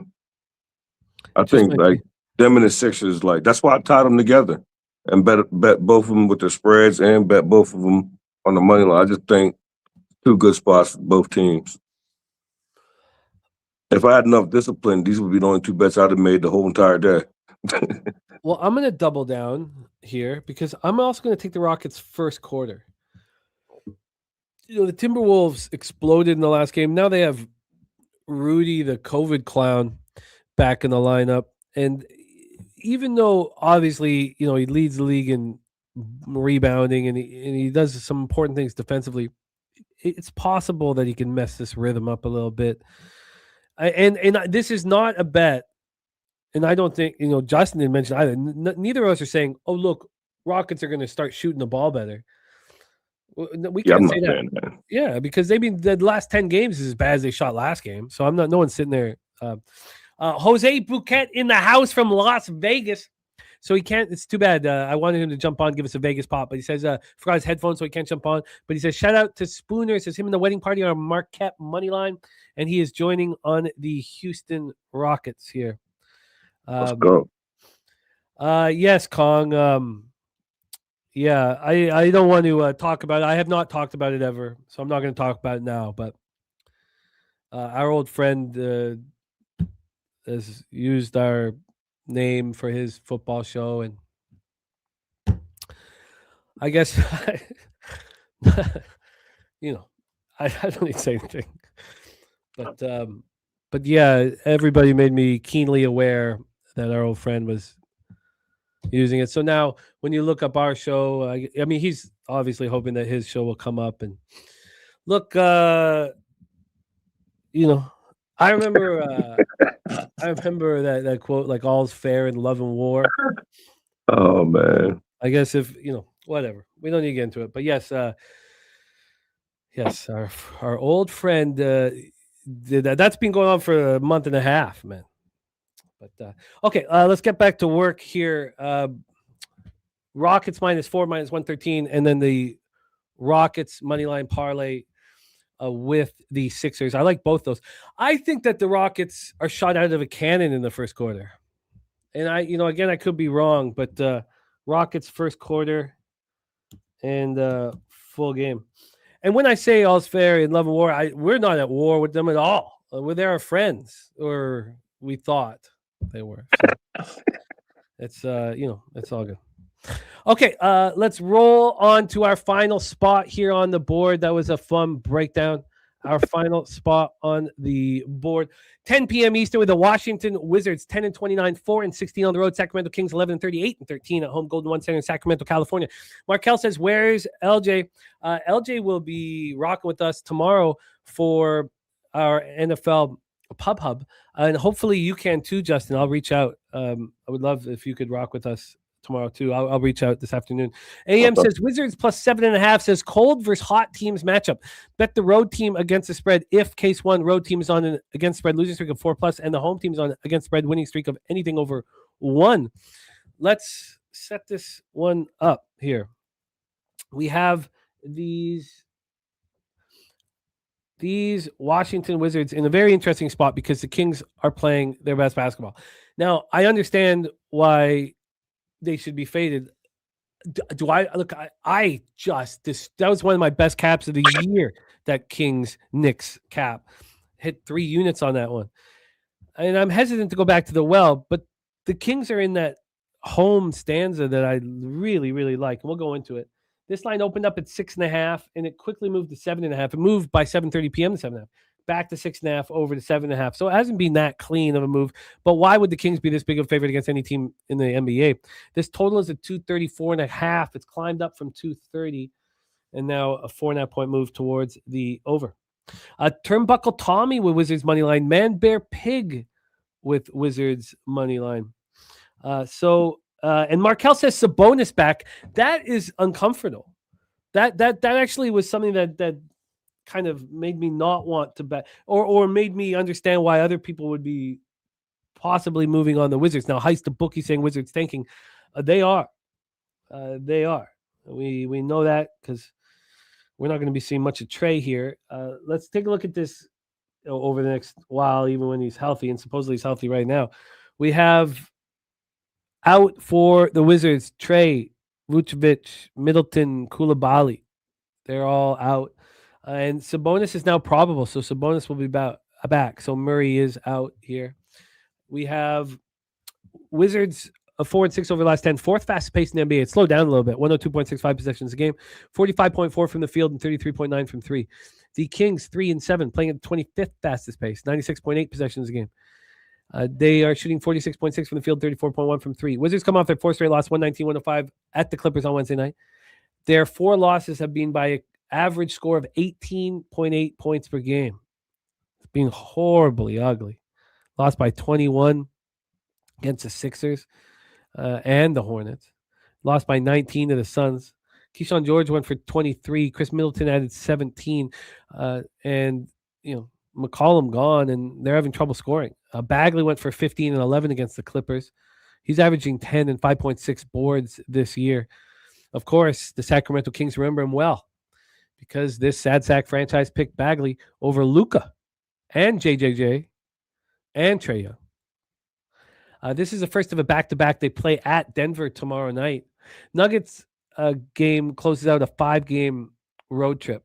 So they've been off for a little bit, but now they have back-to-backs to close out the road trip. It's not a good spot for them. Sacramento comes in off their 3rd straight win, 112-101 at home over the Knicks on Wednesday. DeRozan scored 27. Levine made 5 threes, added 25. And Precious, man. Achua went for 20 and the season high 14 boards. We cashed that over 50.5 rebounds and assists pretty early in the second quarter. Russell Westbrook went 19, 11, and 6. DeRozan passed Kevin Garnett. He's now 22nd on the NBA's all-time scoring list. Steph Curry is ahead of him in 21st. Havlicek is ahead of Steph in 20th. And Schroeder comes back as well. So you're going to have Schroeder coming back as well as bonus. That's a lot of Players, I mean, it's a mess. This is game 3 of a 7-game homestand, so maybe it's not the perfect spot. I can't do it. I can't take the Kings are playing the best basketball without Sabonis. Now, I know Sabonis makes them better, but they finally found a rhythm without Sabonis and with Schroeder on the bench, and now they come back, and I don't want the Kings in this spot. I thought I did, and I thought that it was high for a reason and all that stuff, but I'm starting to not feel that way. Let's hear what Justin has to say about this one. Our last spot on the board, Golden 1 Center. Will they like the beam? Take it away, Justin. I would like to think they're gonna like the beam, but I don't have no action. I was bouncing back and forth from Westbrook double. I could have got to that plus 200, but with Schroeder coming back and Sabonis, and I really wanted to get to the Kings, but I don't like other players coming back into, like, when y'all was beating, when they beat the Rockets, beat the Lakers, like, that's the teams I want. When you start changing them teams and asking the Kings to win by margin, and 7.5, that's margin. So I don't have no action in this game. I just like I like betting Westbrook against his old teams. And but it started off when I was doing it in regular earlier in the season. It was cashed at a high rate. But the last 3 times, that's my thing. You give me 3 times, you don't cash, I pretty much, walk away. And even though it's been big plus money, I'm not down from betting it. And then the blowout, if they blow the Wizards out. So I ain't getting nothing, but I'd rather be on the double for Westbrook. And those are the 2. I was bouncing back and forth between Boise and Westbrook, and I don't think I'm going to get to neither one of them. Those are the 2 question marks I was thinking in my head. You didn't know about the Westbrook until now, but I don't think I'm going to make none of them official.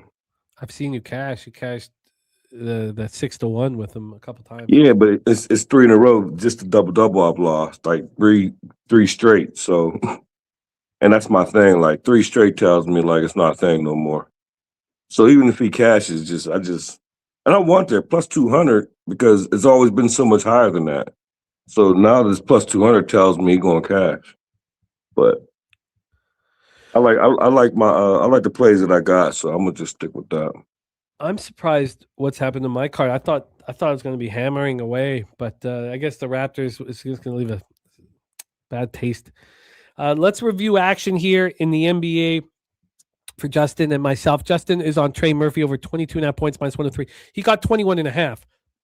But for show purposes, for giving you lines that are available as we speak, which is very difficult and it hurts our cappers ROI, and I respect it very much, he gave out the 22.5 minus 103.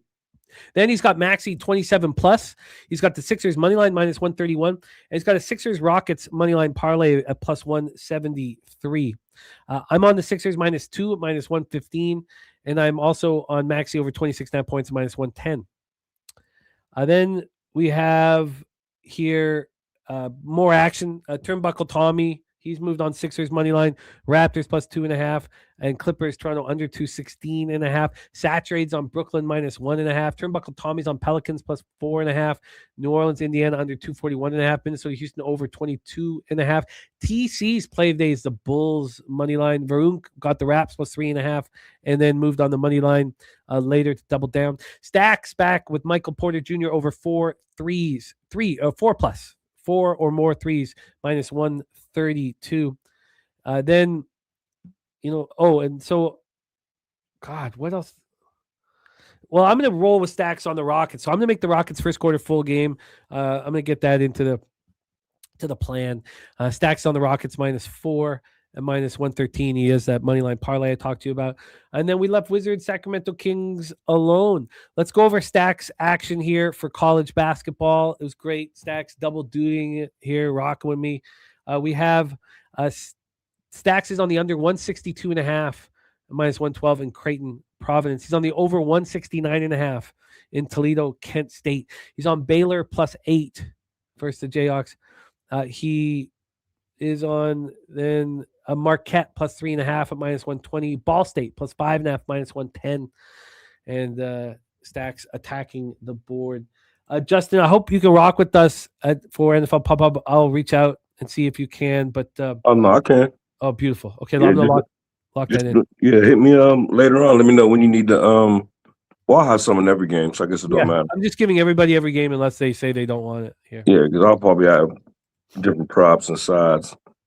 I got a lot of bets already, and I can't wait till this weekend. I can't wait. It's gonna be fun, man. It's gonna be fun. And being sick, like I could just stay in bed. Everybody stays away from me. Like just let me be sick, and I'm contained. I'm cool with that. It's rough because I'm hot, I'm cold, I'm hot, I'm cold. So, but just being alone, like I love it. So I know, man. I feel you, man. Yeah, I don't want to hear you okay or what's wrong. Like I'm fine. I'm fine. We also have heard that the Marquette 4s are gone, says Coin. So we're going to have to get 3.5s if we want to add that here. I put Justin's X handle in the chat. Hit that link. Support our guy, Justin Mcelvy. Justin, thank you for all that you do for us, man. And I've been watching the cash coming in on these Fridays for you, and I love seeing it. You put in the work. You deserve the glory, man. Thank you from all of us for rocking with us today. Justin, any last words for the Cappers supporting the show? No, see y'all tomorrow. Thanks for having me. Let's get it. There he is, our guy, Justin Mcelvy in the house. Well, a show under 3 hours. Very rare. Very rare. And also, I don't have to start capping tomorrow's card. What I do have to start doing, though, is the records for NFL Pop-Up. So that's what I will be doing, and then sending out the invites for NFL Pop-Up. So I'll take that, hammer that now. Let's review. Billy says it was slowing us down. No, man. I like going long, man. I like taking the time. This shit takes time. Kelly, no, I can't do a race. So we'll give 2 races. We'll do 2 races next week. I do not have that skill set, unfortunately. Don't have that skill set. Let's review action here across the board and put a bow on the proceedings. Thank you guys for rocking with us, man. Have a blessed weekend. And by that, I mean, get that money. That's what I want you guys all to do. Get that cash, man. Let's milk these bookies. So in the NHL, I'm on the Hurricanes -1 at -104. The Wings -1 at -120. The Lightning -1 at -119. The Ducks +130. And then I moved on unders in Anaheim, LA Kings. Now this is going up against all of the trends in the world. And Turnsey doing the same thing, which I like to see. I'm on the first period under 1.5 +109, and the full game under 6.5 -127. I am interested to see if I should have waited. Because, God, all the trends say overs. So maybe I should have waited. Let's just see what that 6.5 would be right now. And, oh, no. All right. It's moved. It's -129. Billy Friedrich will be at the Canes game tonight. I like it. Respect my man. We have Billy Friedrich pig milk play there. Let's see it one more time, man. God, I just... I'm sick too. Sometimes you need a little pig milk in your life.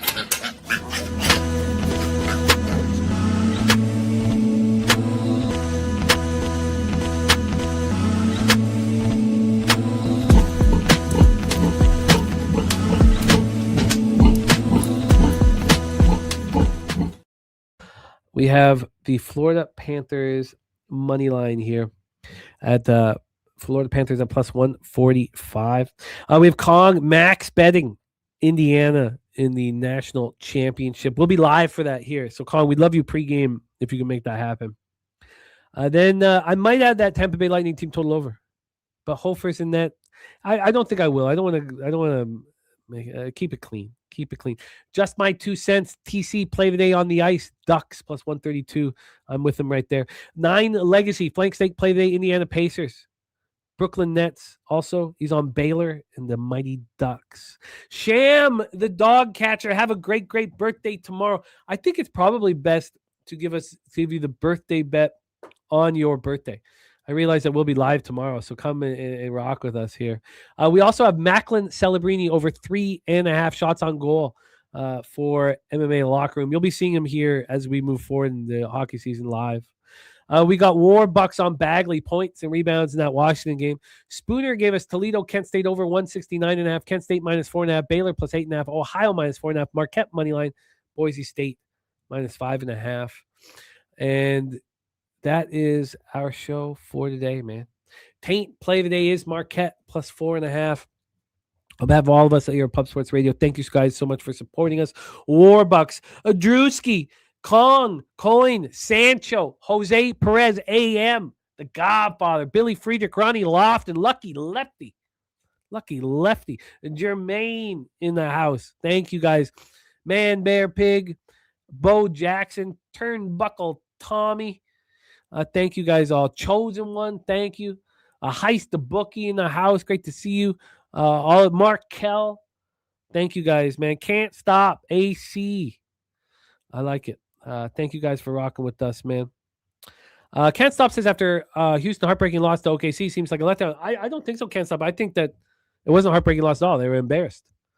So I think they come up fighting. Jose Buquette is going to join us on the Rocket. Saturated, thank you for rocking with us. Londo, my man. For those of you in Vegas, go rock with our guy, Jose Buquette. Steve Miller, thank you. And plan your trip to San Antonio for Pubapalooza, man. Plan this out. Join us at Pubapalooza, man. I can almost taste the whiskey. I'm just going to keep my head down and do work. And then, goddamn, I cannot wait to be in San Antonio. On behalf of all of us here at Pub Sports Radio, thank you guys so much for supporting us. Let's go get this money, man. Let's go get this money. There's Sham. Sham, I want to. Are you going to be with us? Because I think the birthday pick magic is on the birthday, so I've already got it listed on my football page. That you'll be there. We're going to go Sham birthday pick tomorrow on that big, beautiful Saturday card. Go get that money, man. Leche. Hey, los bookmakers. From down south, where we ride on flair. From down south, where we ride on flair. From down south, where we ride on flair. From down south, where we ride on flair. Pub Sports Radio's the crew, that's a fact. We all about bread, making bank accounts fat. Who the hell is that? LJ from the H. I stack green like Boston, shout out to Nasty Nate. From down south, where we ride on slab. 420 highway smoking with that boy Gabby Cap. Fly out to Denver for the Nugget fans so we can smoke out J Money, cause you know that's our mans. Us against the bookies, put money in our pockets. Fly out to Vegas, meet up with Ski Profit. Hit the sports books, we got money to stack. Can't forget them college picks with that boy Conor Mack. Call up Dutch boy, cause you know we stay fresh. What's the strain of the day, homie? Watch the daily sesh. Roll up a paper plane, light up a Sparky. If I need a strikeout prop, we gon' holler at Sharpie. Cross over to the West Coast and holler at Fam. If we talking NBA, I got to hit Trot Wham. Always tapping in, money's what we trust. If I need a team total, gotta hit Nut Plus, cause I'm fishing for bait. Smoking straight to the chest. Gotta fly out to the Beta, homie, Moose Money Bets. From bookies to West, cash checks what we do. Cause I'm banging with Boss and the OG Ragu. If we need it under, I gotta hit Noli Knowles. If I land on my prop, I gotta holler Big Show. Now we back to the East Coast for Nicky Fish Tanks. We watching UFC, keeping money in the bank. Die Hard and Danny Betts and the whole damn crew. Nick's the only guy I know can drink a brew or buy his shoe, but hey, that's what he do. It is what it is. I can't forget that Jersey boy, that homie Billy Briz. If I need an ice pick, I go to Ontario, holler my ice guy, Ian Bobano. And if I need some advice in trying to cash, tune into Peter Loshak and Jimmy the Bag. And hit that like button, make sure that you smash it. The famous words of Razor Sharp Picks, cash it. I'm on my poker shit, stacking my chips. If we ever lose a bet, man, we never gon' trip. Cause I'm Mike Knight M, Pimp Slap Player of the Day.